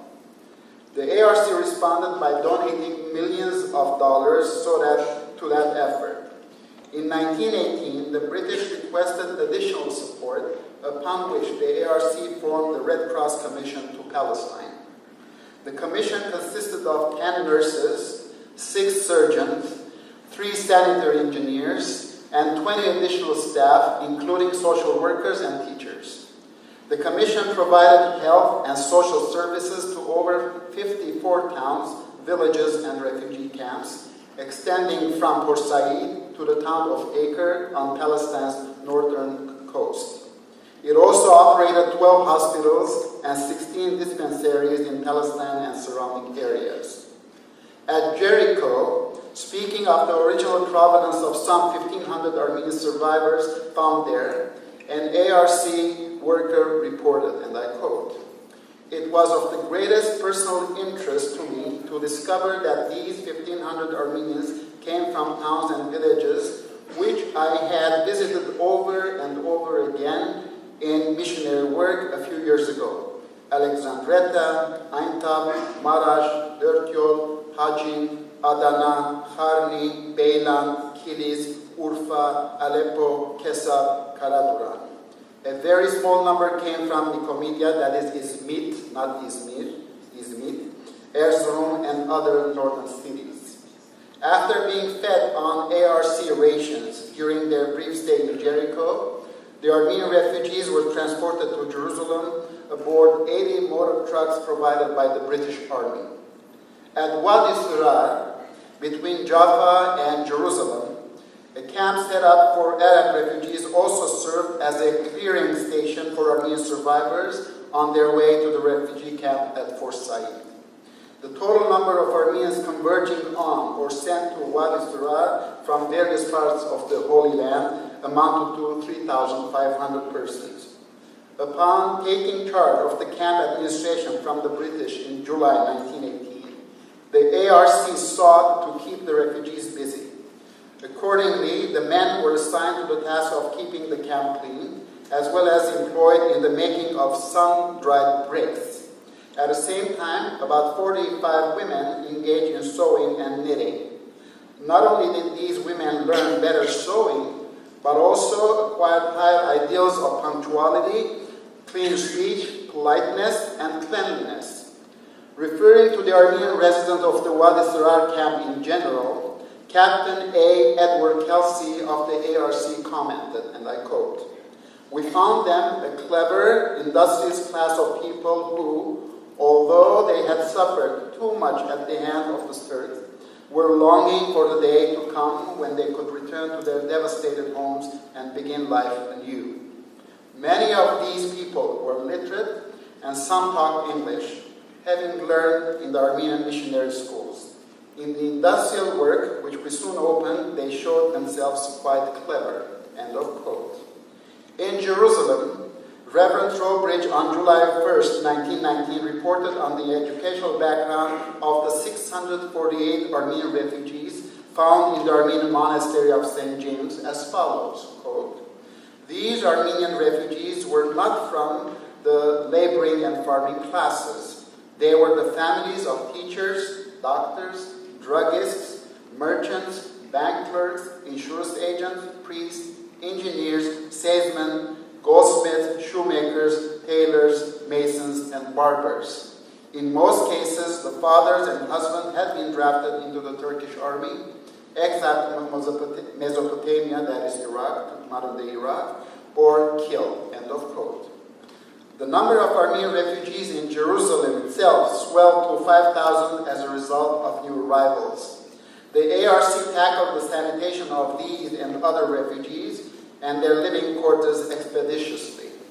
At the same time, in order to combat idleness and pauperization, the ARC sought to open industries for the refugees. As rapidly as we could secure supplies of flannelette, cotton goods, and thread, wrote Reverend Trowbridge, we directed the Armenian women as well as the unemployed Syrians to the sewing headquarters at St. Mary's School, where the weekly output varied between 1,600 and 2,000 garments, benefiting some 10,000 refugees. Although fortunate enough to have a job, the sewers in the ARC workshop received a pittance of 20 cents a day, or 25 cents if they could procure their own sewing machines, which was barely sufficient to purchase 2 small loaves of bread. However, and I quote, "Families have been reduced to such desperate straits that even those belonging to the middle class learned what it meant to suffer from hunger and malnutrition." End of quote. As the demand for the garment industry increased, the ARC in the first week of July 1918 augmented its facilities by securing the St. John's Hotel with its 40-room near the Holy Sepulchre Church in the center of Old Jerusalem. The new acquisition was designated as workroom number 1. Several native rooms were purchased in the city, and other new ones were made until 8 were being operated by Armenian refugees living in the city. Among the refugees from Asia Minor were a few women able to do skilled embroidery work. The capture of Damascus by British and Arab forces on September 30, 1918, heralded the beginning of a new era for the Armenian deportees who had survived the genocide in the general vicinity. Most of the 25,000 plus Armenian refugees living in Damascus since their deportation in 1915 had become independent and had settled temporarily in the city. However, a very large number, estimated at 5,000, was in straitened circumstances. Many of these were widows and orphans. John Ward, the person in charge of ARC operations in Egypt and Palestine, on December 4, 1918, wrote to James Barton, quote, "The situation in Palestine, appealing as it is, does not draw upon our compassion as does that of the Syrians in the Beirut and Lebanon regions and the Armenian refugees in Damascus, Hamad, Homs, and Aleppo. It is going to be difficult to prepare for them in Damascus this winter unless generous America responds to the appeal. If they can be tided over this winter, I feel confident that many thousands of refugees will be saved and the remnant of the Armenian race will take root again and grow up making a new nation of which they may well be proud." Already in November 1918, Ward had cabled to his headquarters in Washington, D.C. for $100,000 at once to meet the acute need in the Damascus district. He also proposed a $300,000 budget for the 6-month period from January 1st to July 1st, 1919. Of this amount, $120,000 would be allocated for the Armenians, $60,000 for orphans, $60,000 for the reclamation and sheltering of women, and the balance for Arab refugees from Medina and the poor, the Jewish poor, families of Turkish officers, health facilities, industrial work, and administrative expenditure. Despite these manifestations of goodwill and sense of urgency, the ARC was somewhat hesitant to assume responsibility on such a large scale, although that reluctance proved only temporary. 2 Armenian orphanages existed in Damascus in the aftermath of World War I. The first was run by the Armenians. In October 1918, the British military opened a second orphanage for some 300 Armenian children at Mezza, a suburb of Damascus. On March 28, 1919, the ARC took charge of the orphanage and soon thereafter relocated the inmates to a house in the city, paying $1,800 for annual rent and spending $6,000 for remodeling, installing running water and shower baths, and making other improvements. Superintendent Anna L. Fisher ran the orphanage in an efficient manner. Moreover, in the medical aspect of her work, Fisher, and I quote here, devised a novel classification of all the orphans in the orphanage according to which anyone might tell at a glance whether they were sick or well by the color of their clothes. Those dressed in pink and red are affected with some one of the skin diseases, those in light blue with congenital trouble, and those in gray or yellow with systemic. Patients with mumps or measles wear yellow or dark brown. Those under observation are dressed in white. A colored armband designates the subdivision of each disease. The missionaries performed a number of different tasks. Some of them were simply motivated by aiding the Armenians that they knew in their communities. In other cases, they became activists in the sense that they were going up against the Turkish authorities, opposing their treatment of the Armenians, sheltering Armenians when they were told not to, escorting them on the deportations when they were told not to. In some cases, they became whistleblowers in that their accounts, which were later published, told the history of what they saw with their own eyes. The missionaries were a part of our history. And our next speaker, Dr. Perumian, we're switching the program. Haig Demonian will speak in the afternoon. Dr. Rubina Perumian will talk about the missionaries, a selfless dedication to the cause of the oppressed. Dr. Perumian has written a number of books, and most recently she's written The Armenian Genocide in Literature, Perceptions of Those Who Continued Living in Turkey After 1915. Dr. Perumian.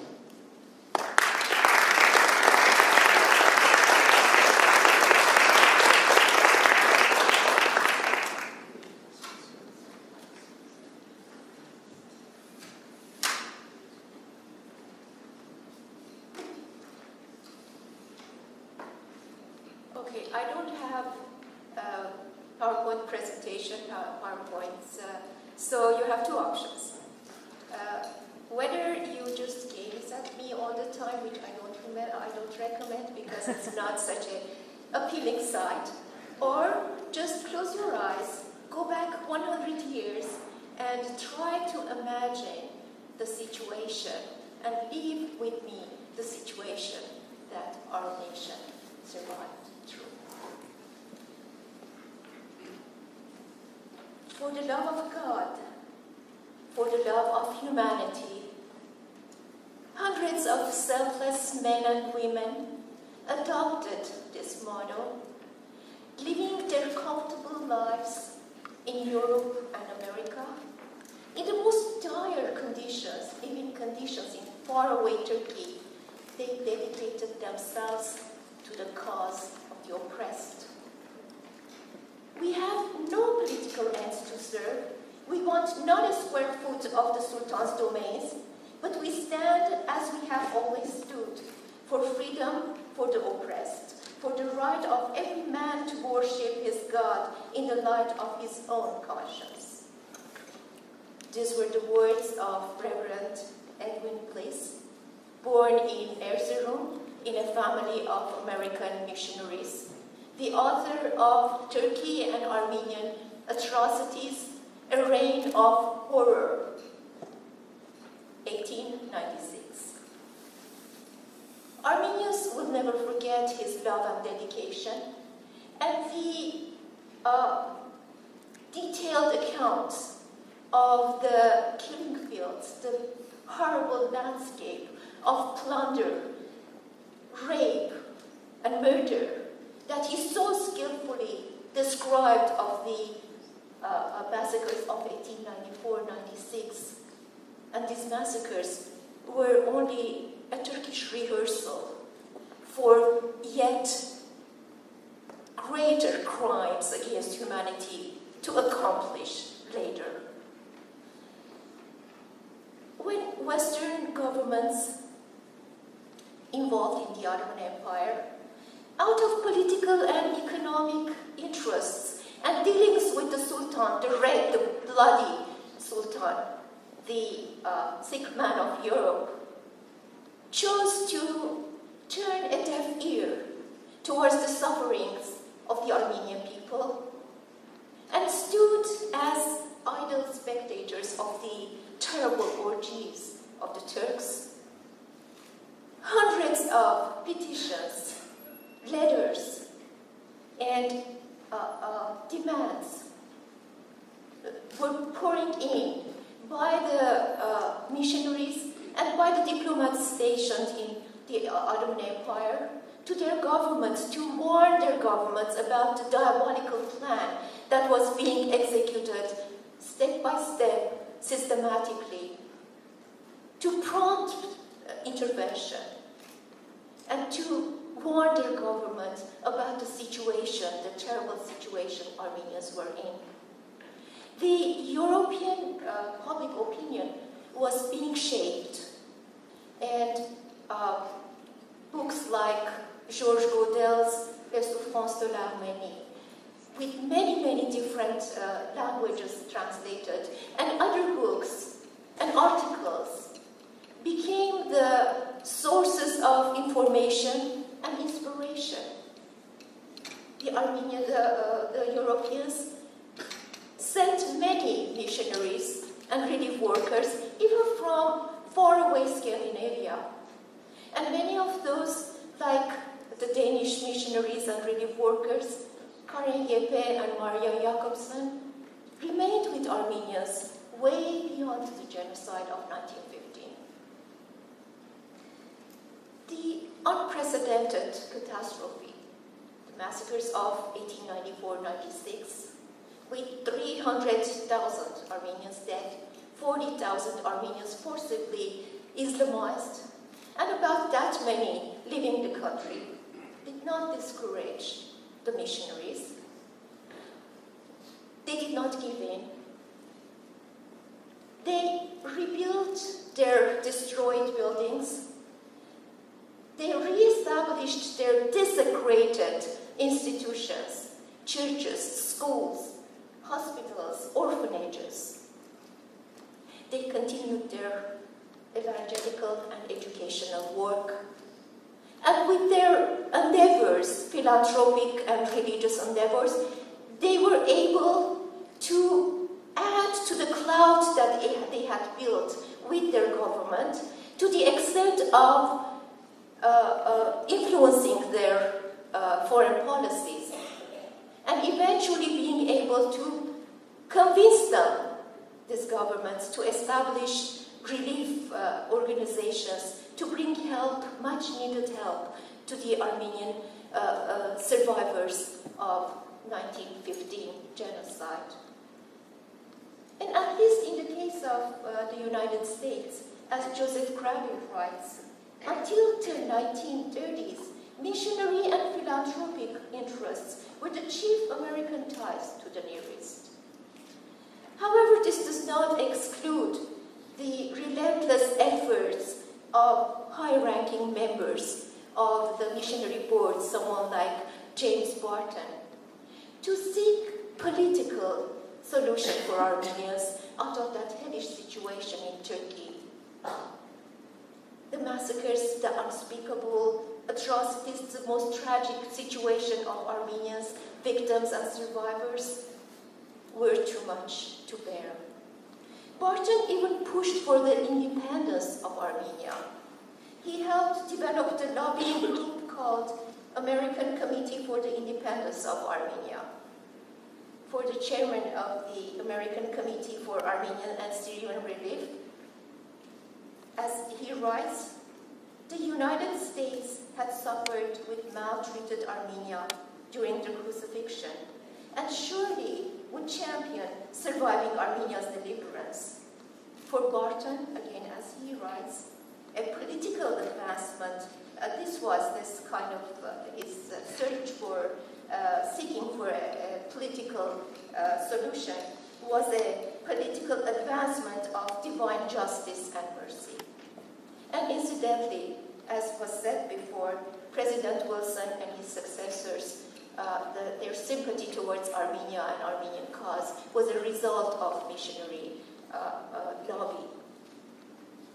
Barton's British counterpart, James Bryce, the great Armenophile and founder of the British Armenia Committee, did his share in England to promote the idea of independence, independent Armenia.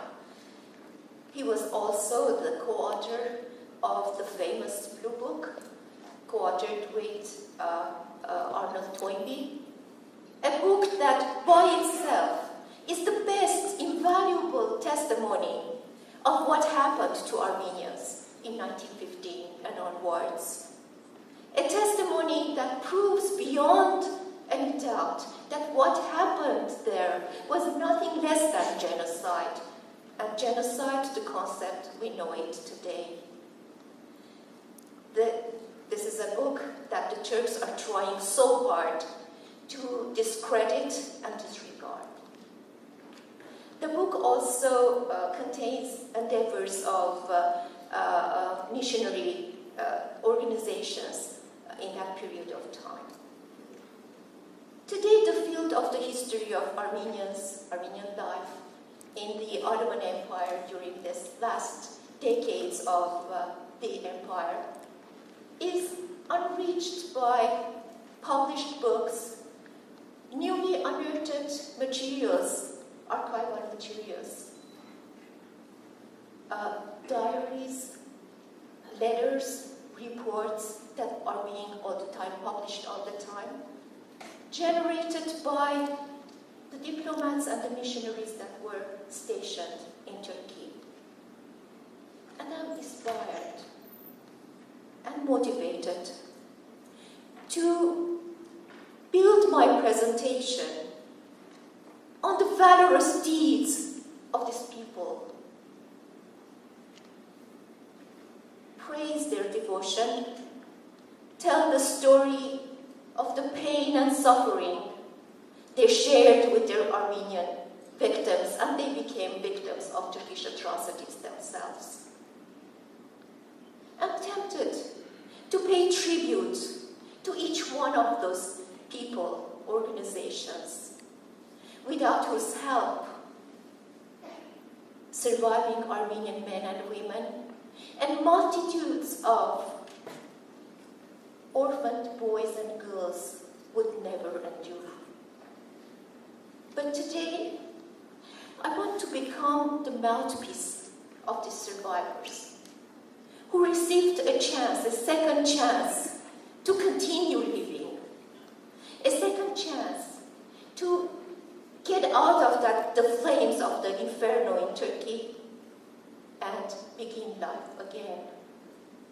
These survivors never had the opportunity to shake hands with a Mr. Riggs, a Dr. Usher, a Dr. Atkinson, a Papa Kunzler and his wife, a Miss Jeppe, a Miss Jakobsen, and uttered their utmost gratitude.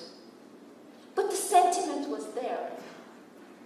It perpetuated deep in their minds to find expression in the memoirs they wrote and in the stories they told their children and grandchildren.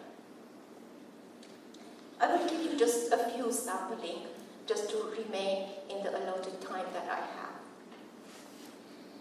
10-year-old Alice Mogadichian Shipley and her mother and siblings secretly left their house in Mezire, today's Elazig, marked with the words of Kiat, or exile, by the gendarmes.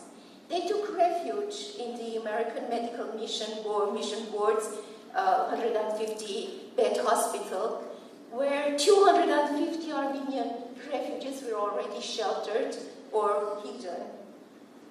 Miss Campbell, the head nurse, took them in her room until Dr. Atkinson, the head physician, was able to find accommodations in the American consulate in Harvard. But that was very short-lived, because the American consul of the time believed that America not being in war, the consulate could not harbor families of Turkey's enemy. This is how Alice remembers. This is how Leslie Davis felt before becoming the true protector and supporter of Armenian survivors. Armenians are indebted to this philanthropist person for his valuable testimonies that was later published under the title The Slaughterhouse Province, an American Diplomat's Report on the Armenian Genocide 1915-1917. The Mogadichians found refuge in the German hospital, the German orphanage, under Reverend Yehoyan, a University of Heidelberg graduate, until they found their way out of Turkey to join their father in the United States. Alice never forgot Dr. Henry Atkinson, who contracted typhus, attending his patients during the epidemic. His funeral, as Alice remembers, was a showdown of love, appreciation, and respect towards this man by the Armenian refugees who followed his casket in mass, knowing well that Enver Pasha was there to spot them and make his arrest the next day. Berta Berjuhi Nakshian Kechian was only 3 when the deportations began in Yusenik. She remembers a large family, and then she was alone with her mother and older sister because they ran away. They went hiding in the damp and dark basements of vacated Armenian house, changing places, starving all the time. 3 years later, her mother was able to place her Berjuhi in the American orphanage run by Mr. Riggs. But that was very short because they had to dismiss her because she had a mother nearby and a father in the United States. But at least she was able to attend the school established by the missionaries, American missionaries in Mezire. And then in 1922, she watched with sorrow the missionaries departing and taking the orphans with them. And she says they had to pay 5 gold pieces for each orphan. Those orphans that the Turkish government had not been able to kill, to take them away out of Turkey. Hojhannes Eskijian too remembers this extensive campaign by the American Committee for Armenian and Syrian Relief and the Near East Relief later on, to retrieve Armenian women and children from Turkish households and buying them $1 apiece. Ararat-Eskijian was among 1,600 orphans from Constantinople on board a ship to Corfu, Greece, on November 1922 by the American Red Cross. He does not mention the German orphanage in Harvard. Apparently the Germans had already gone and the American missionaries had taken over. But Hojhannes Eskijian, whose daughter is here today with us, an orphan boy who worked as a servant in an Armenian doctor's house, cross street from the orphanage run by Mr. Ehman, remembers the last days of German orphanage, German presence in Turkey, the scarcity of food and orphans starving. Hojhannes remembers that he used to pick vegetables and fruit from the garden and throw them over the wall for the children to eat. After the missionaries, American missionaries took over, Mr. Hicks admitted Hojhannes and his baby brother, care of the only survivors in that orphanage. Hojhannes remembers helping Mr. Riggs to collect Armenian orphans from Turkish houses and from the streets. He attests that Americans were also collecting Armenian bones, and they paid $1 for each sack of bones that Turkish rogues gleefully filled. Another insult, the Turks even profited from the bones of the Armenians they slaughtered. Before the war was over and Germans had evacuated their posts in Turkey, a German orphanage was operating in Aleppo with Aharon Sheryazyan as the headmaster. Hojhannes John Minasyan, a 19-year-old survivor, a well-educated young man, found work with them, with this orphanage, and was able to put his 2 very young siblings, twins, the only survivors of his family, in that orphanage. But the situation was very bad, very dire, and a few weeks later, one of the twins died of starvation. Hojhannes had another job entrusted to him by Reverend Eskijian, Reverend Hojhannes Eskijian. He would dress like Arab, local Arab, go about the streets and the train station and collect Armenian orphans, children, and bring them to the orphanage. He would also go to the hideouts of Armenian intellectuals in Aleppo and professors and young graduates and distribute money that was coming from Constantinople, from Henry Morgenthau, channeled through Jesse Jackson, the consul of American consul in Aleppo. John Minasyan fondly remembers Reverend Eskijian hiding intellectuals and professors in his basement because he could not put them in the orphanage. But he used them as his secret staff. They would write their reports, their eyewitness accounts, and send them to the consulate and threw them to Constantinople for funds to come in, much needed funds to come in to sustain the huge need of the orphans. He writes, John Minasian, Reverend Eskijian gave a new meaning to the Christian faith with his dedication, love, and service. The orphanage was being raided by Turkish police all the time. And they were coming in, taking the older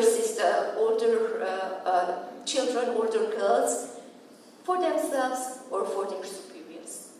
So Mrs. Eskijian was trying hard to keep them, these girls, in her own house as helpers and try to put them and place them in the houses around the city, Armenian households around the city. These young women, orphans of the Armenian genocide, were not safe anywhere. John Minasian survived. He dearly remembers to write his memoir, and he dearly remembers Miss Graffen, principal of American Protestant Missionary School, Mrs. Zenger from Switzerland, founder of Girls' Orphanage, and Ernest Partridge, principal of American Teachers College in Sivas, who helped him through the course of his difficult life. Reverend Juskayan and Eskijian, who in the apex of their service and self-sacrifice for the good of orphans and refugees, became victims of typhoid, sweeping weak and malnourished refugees in Aleppo. When the decree of deportation of Armenians was announced in Trebizond, Zaven Surmelian's mother took him to the American mission and, kissing him goodbye forever, handed him to Dr. Crawford, who had gotten permission to keep a few Armenian boys, shelter Armenian boys in his school. But very soon, the permission was withdrawn. The police raided the school, took the children, Armenian children, out, and put them in a makeshift Turkish orphanage to be deported later on. Abraham Harutyunyan remembers Miss Shattuck of Urfa sending much needed clothing, money, and food to the survivors of Severek after the massacres of 1895. It was through her efforts that years later, Harutyunyan was able to be released from the jail in Diyarbakir. He is grateful, he writes, to the people of America and England who sent their funds and great-hearted men and women to save remnants from utter destruction. The Armenian nation is forever indebted, he writes. The world-renowned professor, Dr. Randall Harris of England, visited Severek and given Abraham scholarship to continue his studies in the Aintab College. During the dreadful years of exiles, it was German missionary Miss Schaefer as his savior angel. Then Dr. and Mrs. Merrill hid him in the college building in Marash, nearly 2 years until the end of the war. And finally, it was Mr. Stanley Kerr of the Near East Relief who helped Abraham, his family, to flee Turkey in 1922. Ashalus Mardikyan's long journey to freedom brought her in contact with these selfless rescuers a few times during in different locales. She remembers the initial roundup of Chemishkezek. Women and children, men were already either murdered or jailed. She remembers the dreadful raid of gendarmes into and ransacking the orphanage, taking the children out to sell them or to kill them. They kidnapped Miss Graham in charge of the orphanage. The caravan of the remnants began to walk, Hojhannes could not forget the Protestant pastor's widow gone mad after her sick mother and baby boy had died. With her little girl sick in her arms, she was shouting, "God has gone mad, I tell you, mad, mad, mad." As the caravan reached the outskirts of Ararat-Eskijian, another caravan from Sivas joined them. Among these deportees were 20 sisters of grace, mostly American and European. They had been violated and tortured. 2 Americans, Sister Sarah and Sister Esther, unable to bear the disgrace, had killed themselves. O servants of God, how you suffered and lost your life protecting the Armenian victims of genocide. Slipping away from the caravan of deportees camped outside Malatya, Hojhannes found herself at the door of the American consulate. Miss McLean took her in, but the Turks had spotted her and came demanding her. She was turned over to the executioners. Miss McLean went to the mayor, pleading him to let her keep Hojhannes, but all he could do was he gave permission to send Hojhannes to the house where the apostate women and children, Armenian women and children, were kept unharmed. After her next escape from the butchers, walking by night and hiding by day, Hojhannes reached Erzurum just a few days before the city was taken over by Russians. Famished and exhausted, she collapsed at the door of a house that was marked with American flag.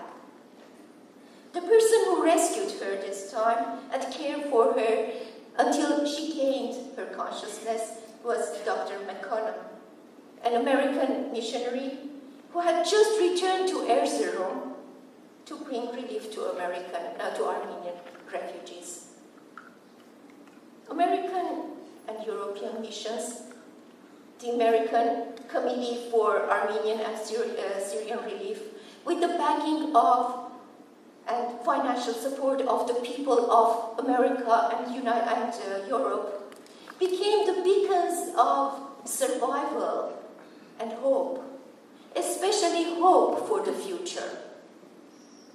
In the last days of World War I, the Armenian hero, General Andranik, was in Erzurum to oversee the rescue operations. He entrusted Hojhannes with a mission.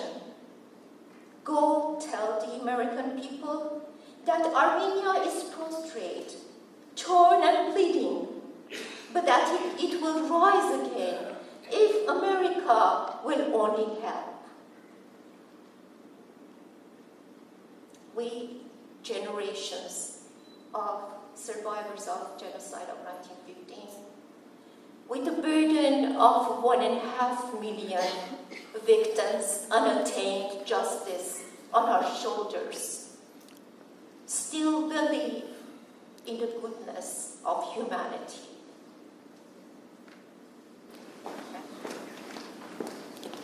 We have next a very special presentation, and it's by, if I may invite him to come to the stage, Kevin Blowers, who represents a Mennonite organization, and he's going to tell us about this very special set of objects.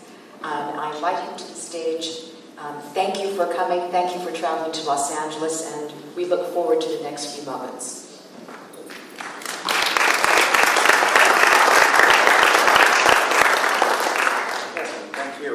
One of the things we've had, we've had this rug in our possession for several years now. I'm the elephant arrest, and we recently got possession of the rug. But one of the questions people often ask us when they look at them is, how did you get them? Where did they come from? And this is a question that's not always the easiest to answer in one sense, but what basically happened is, what we have is, we're a small college in northern Indiana, and most people would say, well, why do you have items related to the Armenian genocide in a small little college up in Indiana? How did they get there? Well, the answer to the story basically is related to an orphanage and to the women who worked in that orphanage. One of the things that I was looking at our denomination's book that was talking about the history of mission work. And I think I counted about 25 missionaries who worked at the orphanage. Of those 25 or so, roughly about 19 of them were women. So women really were taking on this call and saying, hey, wait, we want to go out there and help these orphans. And in fact, actually, it was two women who actually heard God's call to say, hey, wait, we're going to go out there and help these orphans. In 1898, Rose Lambert and Anna Gerber were at that time, they were in a hospital over in Cleveland, Ohio. And while working there, they met an Armenian survivor of the 1894 massacres. That survivor impressed upon them the importance of work among orphans from that massacre. They felt at that time God's call on their life to go out there and do something. And so instead of sitting by at home and not doing anything, they decided that they were going to end up and go. The thing is, at the time too, Rose was only 20 years old, and most people said, you're too young to go. On the other hand, Anna Gerber was about 40, and people were telling her, you're too old. So you can't win, I guess. But anyways, they nevertheless, within that same year, raised the funds to go and actually left in 1898. So in 1899, they actually began work at the mission in Hojhannes. Now, things actually progressed fairly quickly. By 1901, they were caring for 223 orphans at Hojhannes. A few years later, they decided to open up another station in Everett. And so that one in Everett was then basically taking care of boys. Now, the thing is, both of those, when you put them together, they had a total of about 306 orphans they were supporting by 1911. Now, the thing is, too, this was actually a small, they were supported by small little churches throughout Indiana, Michigan, Ontario, Pennsylvania. This was actually mission work that was just getting going by a small group of people who were really saying, we want to get involved in this work. Now, one of the things that ended up happening, too, is in 1908, several of the missionaries contracted typhoid. A couple of them had died, and then a couple of them were sent back home. At this point, what ended up happening is the call went out saying, hey, wait, we need to replace some of those who were no longer able to work there. At this point, Dorinda and Anna Bowman said, we're going to go. And so Dorinda leaves in 1909 and arrives in Hojhannes early in 1909. Just about 6 weeks later, she witnesses some of the massacres that are going on around Hojhannes. And one of the missionaries at the compound there in Hojhannes was at a church conference in Adena, and he dies at that conference. So,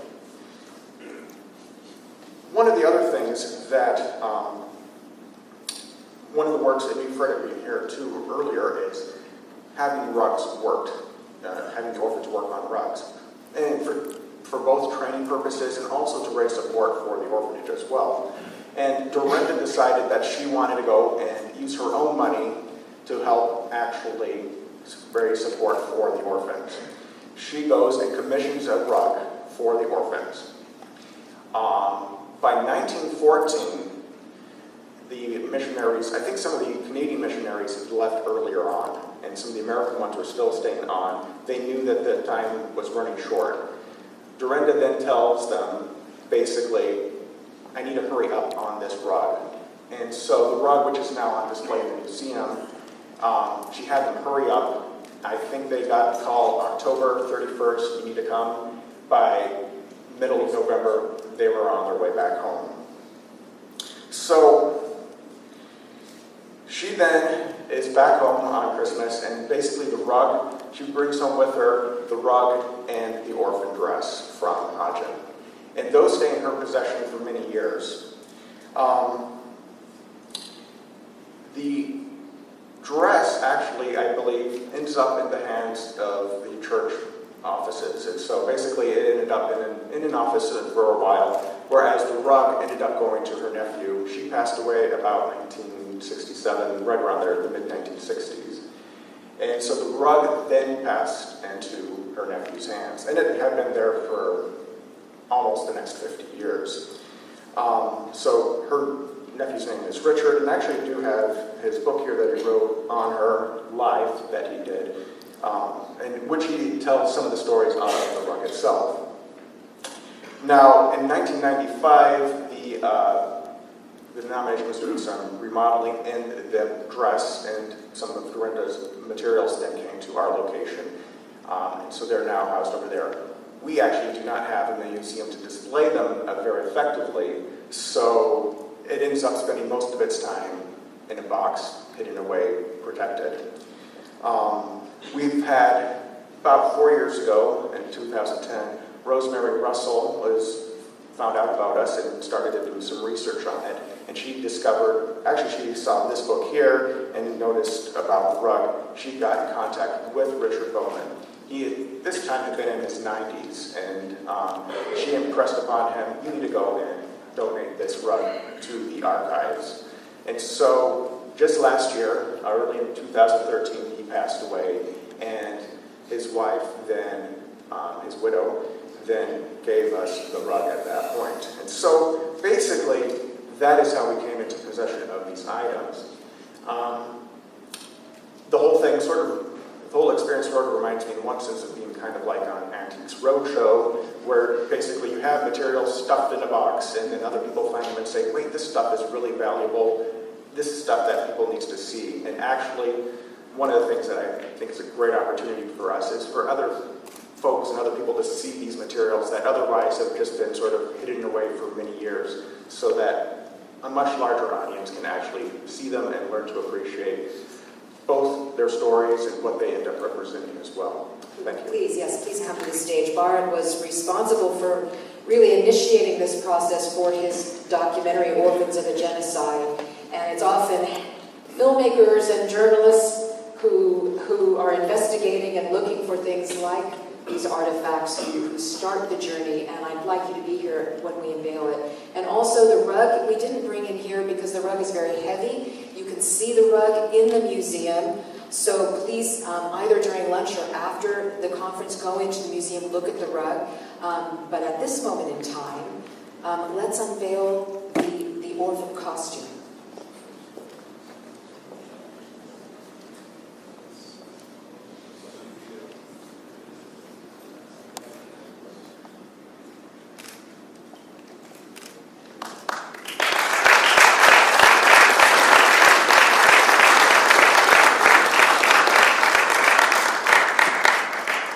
Thank you very much. That's really something. Thank you for bringing it, and it will be on loan to the museum here for 2 years. So you can come and see it in the museum, and it's certainly very evocative, to say the least. At this juncture, before we break for lunch, I'd like to invite our speakers this morning, Dr. Shamassian, Professor Shamassian, Sean Marderosian, Nisat Kalishjian, and Dr. Perunian. Would you just come to the table? And we're going to take a few questions before we break for lunch. To all the speakers,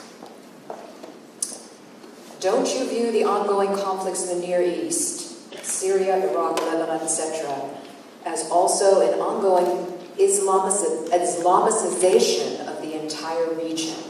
Is there any real hope for Christian communities in these increasingly militant Muslim polities? So a question about the effect of Islamicized or political Islam in the Near East. Who would like to go first?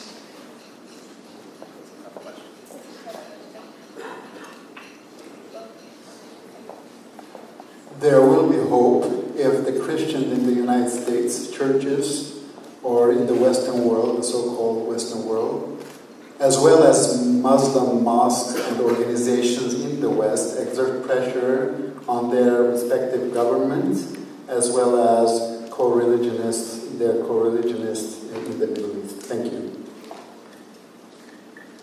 I believe that this is not the Islam that we're dealing with. It's the fanaticism of Islam that is being explored and exploited by the politicians for their own good, for the goals that they have to achieve.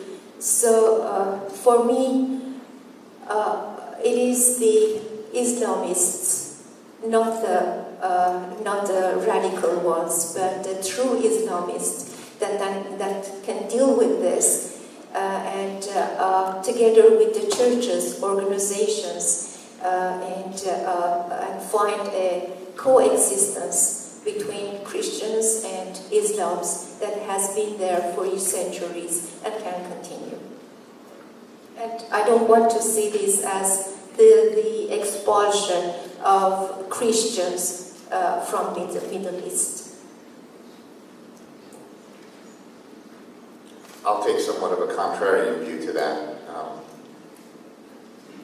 My observation is that for the last 100 years, you've had a continued deconsolidation of the Ottoman Empire. And it's continued to fragment and fragment and fragment to the point now that we are seeing the fragmentation of what were countries like Syria and Iraq and other places down to tribal levels. So I don't hold much hope out for Christian communities because the trend from the last 100 years was a population of about 20% Christian in the Ottoman Empire, which is today largely the Middle East, down to much, much more, less numbers. And that trend continues. For whatever reason, Christians in the Middle East are identified with the West.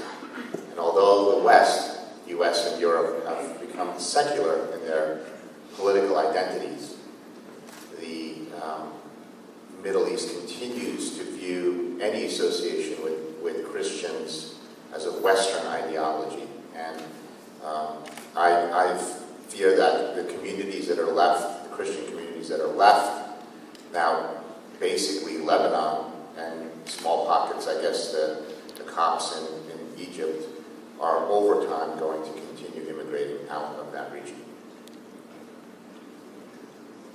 No comment. Yes, there are some lists of orphanages and some lists, but not completed ones because of some of the records that are lost. But some of the orphanages have long lists and more details than others. Yeah, I'll echo that. We have not, unfortunately, I can't tell you how many emails and calls I get from people thinking that the Near East Relief Archives has the orphan lists, and unfortunately we know that they were purged, not maliciously, but they were purged over time just out of house cleaning and people not thinking they were necessary to maintain for 40, 50, 60, 100 years. There have been lists that have come up in archives as part of transfers. In fact, Hojhannes who found some documents in Yerevan archives, or as a former Soviet state archives, shows the transfer of names of individuals from the Gulenia orphanages to Greece, and then in some cases from Greece they went to France. So they're very, very partial lists, and we're hoping with this age of technology now that we'll have more access to these types of information, and we can start potentially reconstructing some of these lists. One of the things that we do have a list of are names of all the relief workers, and those should be known and memorialized as well. And that's one of the goals of the Near East Relief Historical Society is to get all their names and their stories and their biographies out there for the world to know. I don't know of lists of orphans, but I know of lists of survivors in Syria and Lebanon They are found in the archives of the Armenian Prelacy of Aleppo, as well as the French Foreign Ministry archives in Nantes, France. Should I respond? Well, I don't deal with statistics because I believe that statistics don't tell the suffering of the people. It's a nation that was victimized. Right, so we have two questions about Syrian refugees. Is the Near East Relief Foundation helping Syrian refugees today? And a similar question, is NER in any way helping Syrian refugees, especially Armenian Syrian refugees in Lebanon, Armenia, etc.? Yeah, I mean, it's something we clearly are doing to some level and want to do much more of. There's really no possibility for any organization to work in Syria without taking significant risk. We are not physically in Syria. We have worked in Syria in the past before the current conflict. But our objective longer term is to deal with the Syrian refugee situation in both Jordan and in Lebanon. We are planning and researching and seeking out funding grants from USAID and from other agencies that deal with refugee problems in getting set up to do some work. We are working with Iraqi refugees still in Jordan. We have been working with the perpetual Palestinian refugees for years. But this is clearly a big issue. I think I read somewhere that outside of the two world wars, there is the most amount of displaced people in the Middle East now than there ever has been in history. There's upwards of 10 million people among Syrians. Those Palestinians that are still considered refugees, Iraqis. So there's a real huge problem that is brewing as the population shifts across countries, ultimately lead to political instability in those countries. But we will continue our work there and are looking to continue to grow. We are not doing anything specific for Armenian Syrian refugees, but I personally have worked with other organizations that are targeting providing relief assistance to Syrian Armenians moving to Armenia and Nagorno-Karabakh, things of that sort. Okay, here's a question. The speakers have talked about the successes of humanitarian intervention in the Armenian genocide period. Can you discuss the biggest obstacles? Could more have been done? And if more could have been done, let's put it this way, what challenges, what were the primary obstacles that prevented more aid from being given to Armenians? This is during the genocide. What stopped more from being done is the question. Well, what I've seen in my research is that just the American flag running on a building or on a horse cart or anything has acted like an embassy. And the valuable items inside those orphanages were the children. And all the pressure that the Turks were putting to, either kidnap the kids or take the women and the girls and all that, the missionaries were kind of hand-tied that if they, resist, then the whole orphanage will be gone, and then they're going to put in danger the whole valuable little ones. So it was a very hard thing to handle then, and also had U.S. missionaries and had massive assets in Turkey, and they had. If you look at the new Near East monthly magazine, it's always they describe the tragedies and all that, but they're always keeping a passive thing so that not to name or pinpoint things so that they can save it. For example, initially when the name included Armenia in it, they had to change the name because they didn't want to get identified with the Armenians and kept the peaceful resistance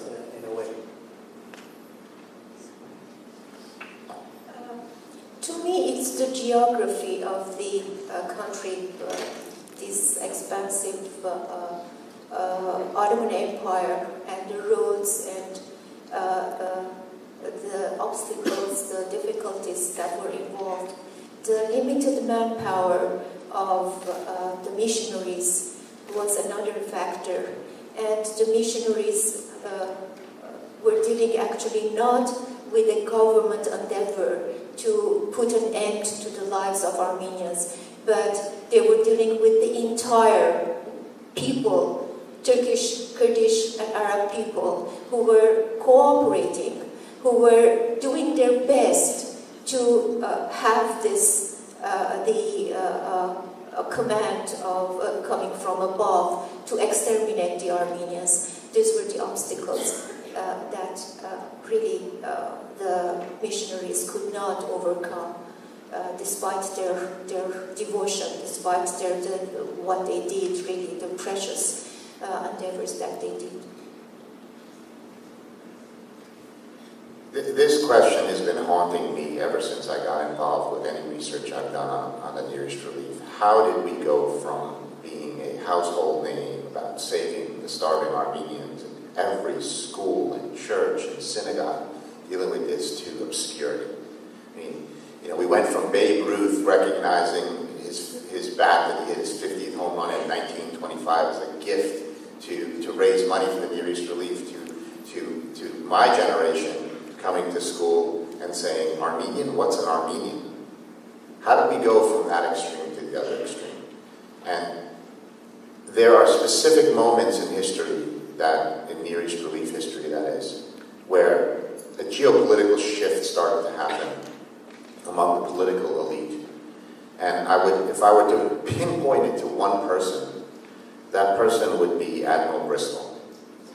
And the Near East Relief were the advocates for establishing an Armenian homeland, supported by President Woodrow Wilson. James A. Barton was at the Paris Peace Conference negotiating alongside of Nubar Pasha and what was the name of the other? Gulenia. And they clearly lost the geopolitical battle there. But Admiral Bristol, who was a masterful naval officer and strategist, really saw the value of Turkey falling to the West. The Russian Empire had converted into the Soviets. The Cold War was starting. The British, the French, and the U.S. were all fighting over the spoils of war.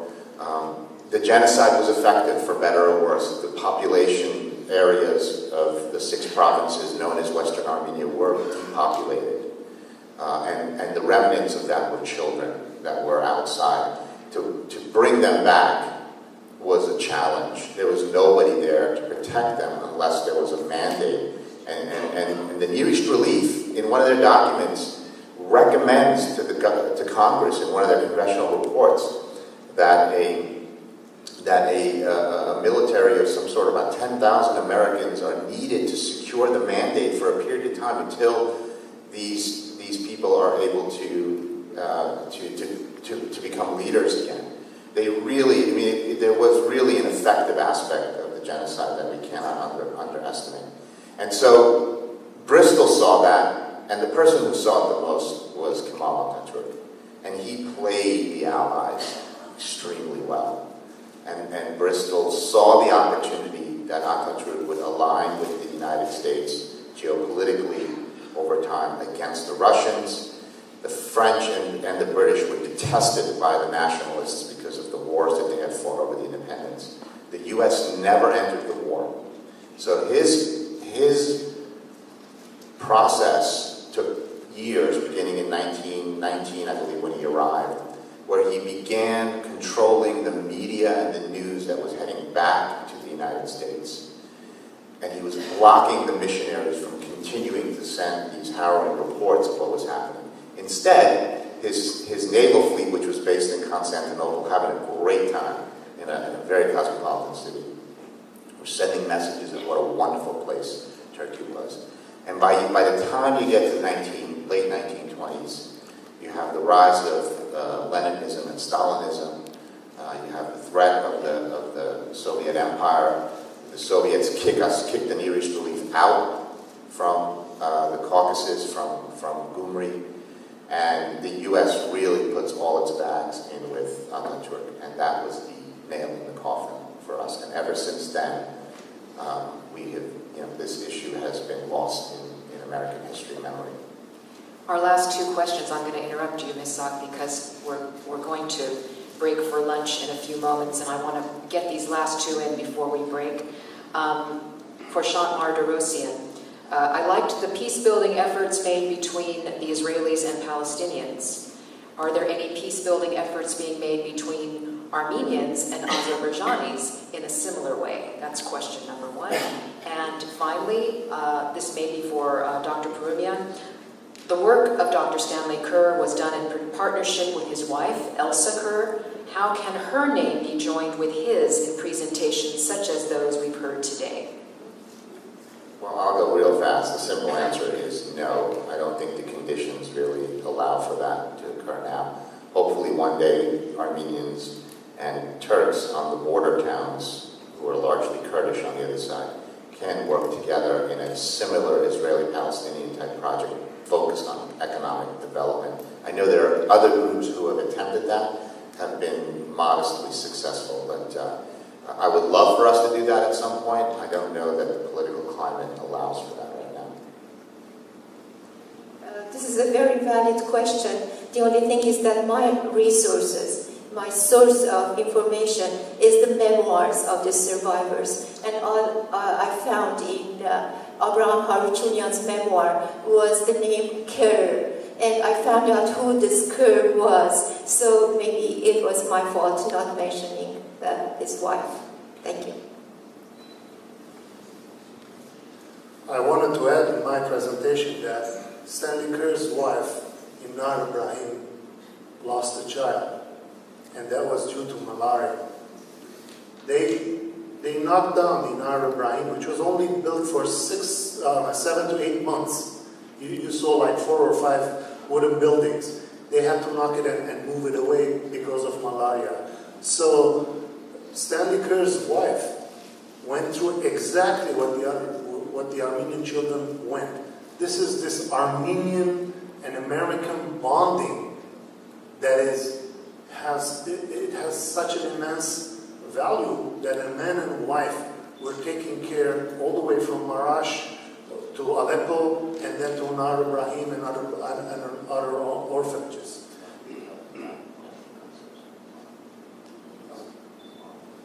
Oh yeah, and the other thing we probably forgot to mention is that Jakob Kunstler, the Swiss missionary who was working in Near East Relief, he stayed in Lebanon and he died where his orphans were. Many of the missionaries did that. I mean, leaving the comfort of their homes, serving in Anatolia, going through awful, dangerous times, moving with the kids, moving them to and inspiring, giving them a second chance. You got to remember, these kids didn't have any fathers, mothers. They didn't know languages. They're going to Lebanon, Syria, where the language is Arabic, and they didn't know. So this selfless help, it's just, we can't even describe it in any presentations. It is this angelic thing that, from different countries. It's as if they were made to be there, as if there was like a command or something that to be there at the right time, at the right place. Thank you.